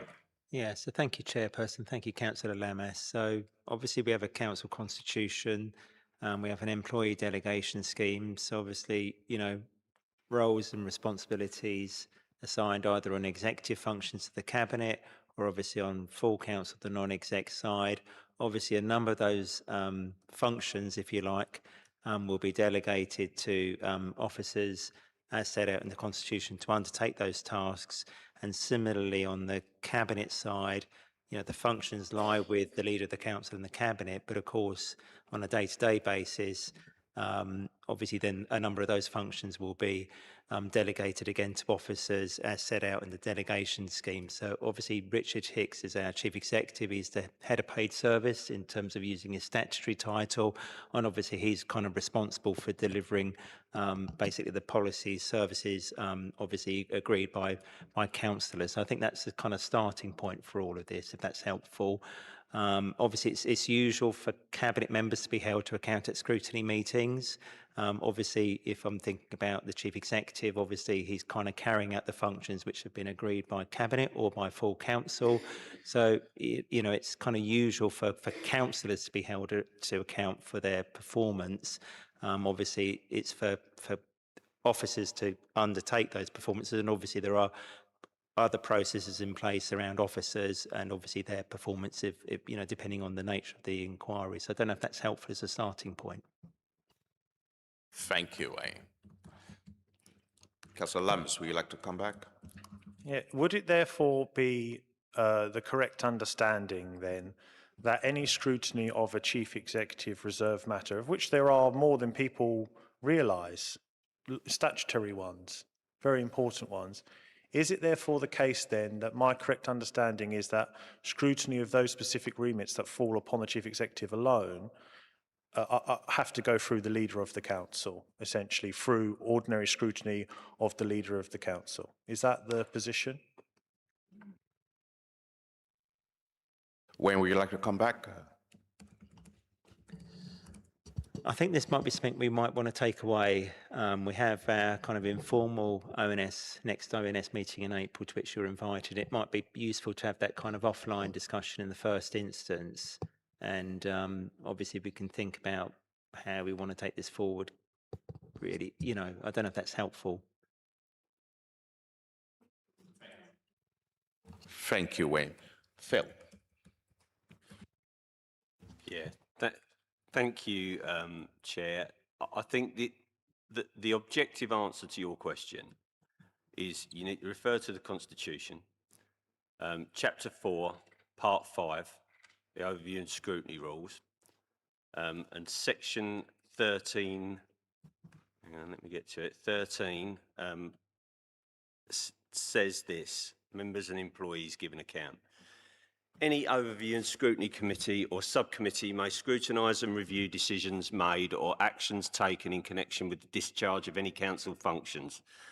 As well as reviewing documentation in fulfilling the scrutiny role, it may require any member of the Cabinet, the Chief Executive and/or any Director, Deputy Director, Assistant Director and Service Manager to attend before it to explain in relation to matters within their remit. Any particular decision or series of decisions, the extent to which the actions taken implement council policy, their performance. And it is the duty of those persons to attend if so required. So it's clearly set out in the Constitution what the committee's rights are in regard to officers and members. Thank you for clarity, Phil. So therefore, Chair, given that it is appropriate for committees to scrutinise the Chief Executive for the roles that they have and the council-wide, would it not be appropriate for that to appear in a work programme of at least one scrutiny committee of this council to ensure parity, essentially, to ensure that those, particularly these specific Chief Executive remits, are addressed? I'm sure the Chief Executive would have no problem attending. He's a very capable gentleman. Wayne said, well, yeah, we will look into this when we do our pre-agenda meeting. Yeah. Any other member? Councillor Hockwell. Thank you, Chair. Just because a decision of LGR is going to be made in June, do you think that we should bring an LGR subject to the August meeting to find out how, you know, what's going to happen with finance, etc.? Because how we're going to fund it, what's happening with the election, you know, I'd like to understand our committee. That's just a question, really. It doesn't have to be the chief exec, but I would like LGR to be brought on the August meeting. Wayne, would you like to come in? And then I'll come to... Yeah, thank you, Chairperson. So I've been speaking with Bhupinder about the role of scrutiny once we have that decision on LGR, which we're expecting in July. So there will be a role for obviously all of the scrutiny committees in terms of those transitionary arrangements. So that is something we've raised, something that we're flagging within the annual report of scrutiny as a thing for next year as well. So I think the answer to that is, you know, yes. And again, I think it could be something we can discuss at the informal meeting, obviously get some further views from Bhupinder and Richard. But, you know, it's clear that it's absolutely clear that there is a role for scrutiny to play in terms of those transitionary arrangements. Okay, thank you. Thank you, Wayne. Are you content with that? Yeah. Councillor MacDonald. Yeah, I was just going to agree, and thank you, Wayne. I was going to agree with Councillor Atwell. It should be an item that comes down. Like I say, you're not worried about the chief exec, but it should be an item with all officers involved, and it should be quite a regular one as well when it starts really, you know, hitting the ground. And I think it should be across all scrutinies, not just business support. But yeah, I agree. It should be, you know, we're hearing a lot about it, but it should be regular once it hits. Thank you, Councillor MacDonald. Wayne, would you like to come back Thank you, Chairperson. Just to reassure Councillor MacDonald and yourselves of the committee again that that's the tenor of the discussions I've had with Bhupinder so far, and it would be all four scrutiny committees, not just this one. Thank you. I don't have another member. Vice Chair. Okay.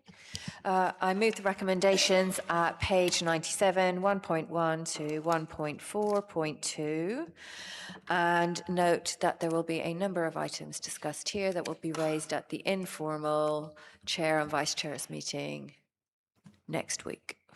Is it next? It is next week, isn't it? Is that 14th of April? In several weeks' time. Is that seconded? Councillor MacDonald, is that agreed? Thank you, members. That brings us to the end of this meeting. Thank you.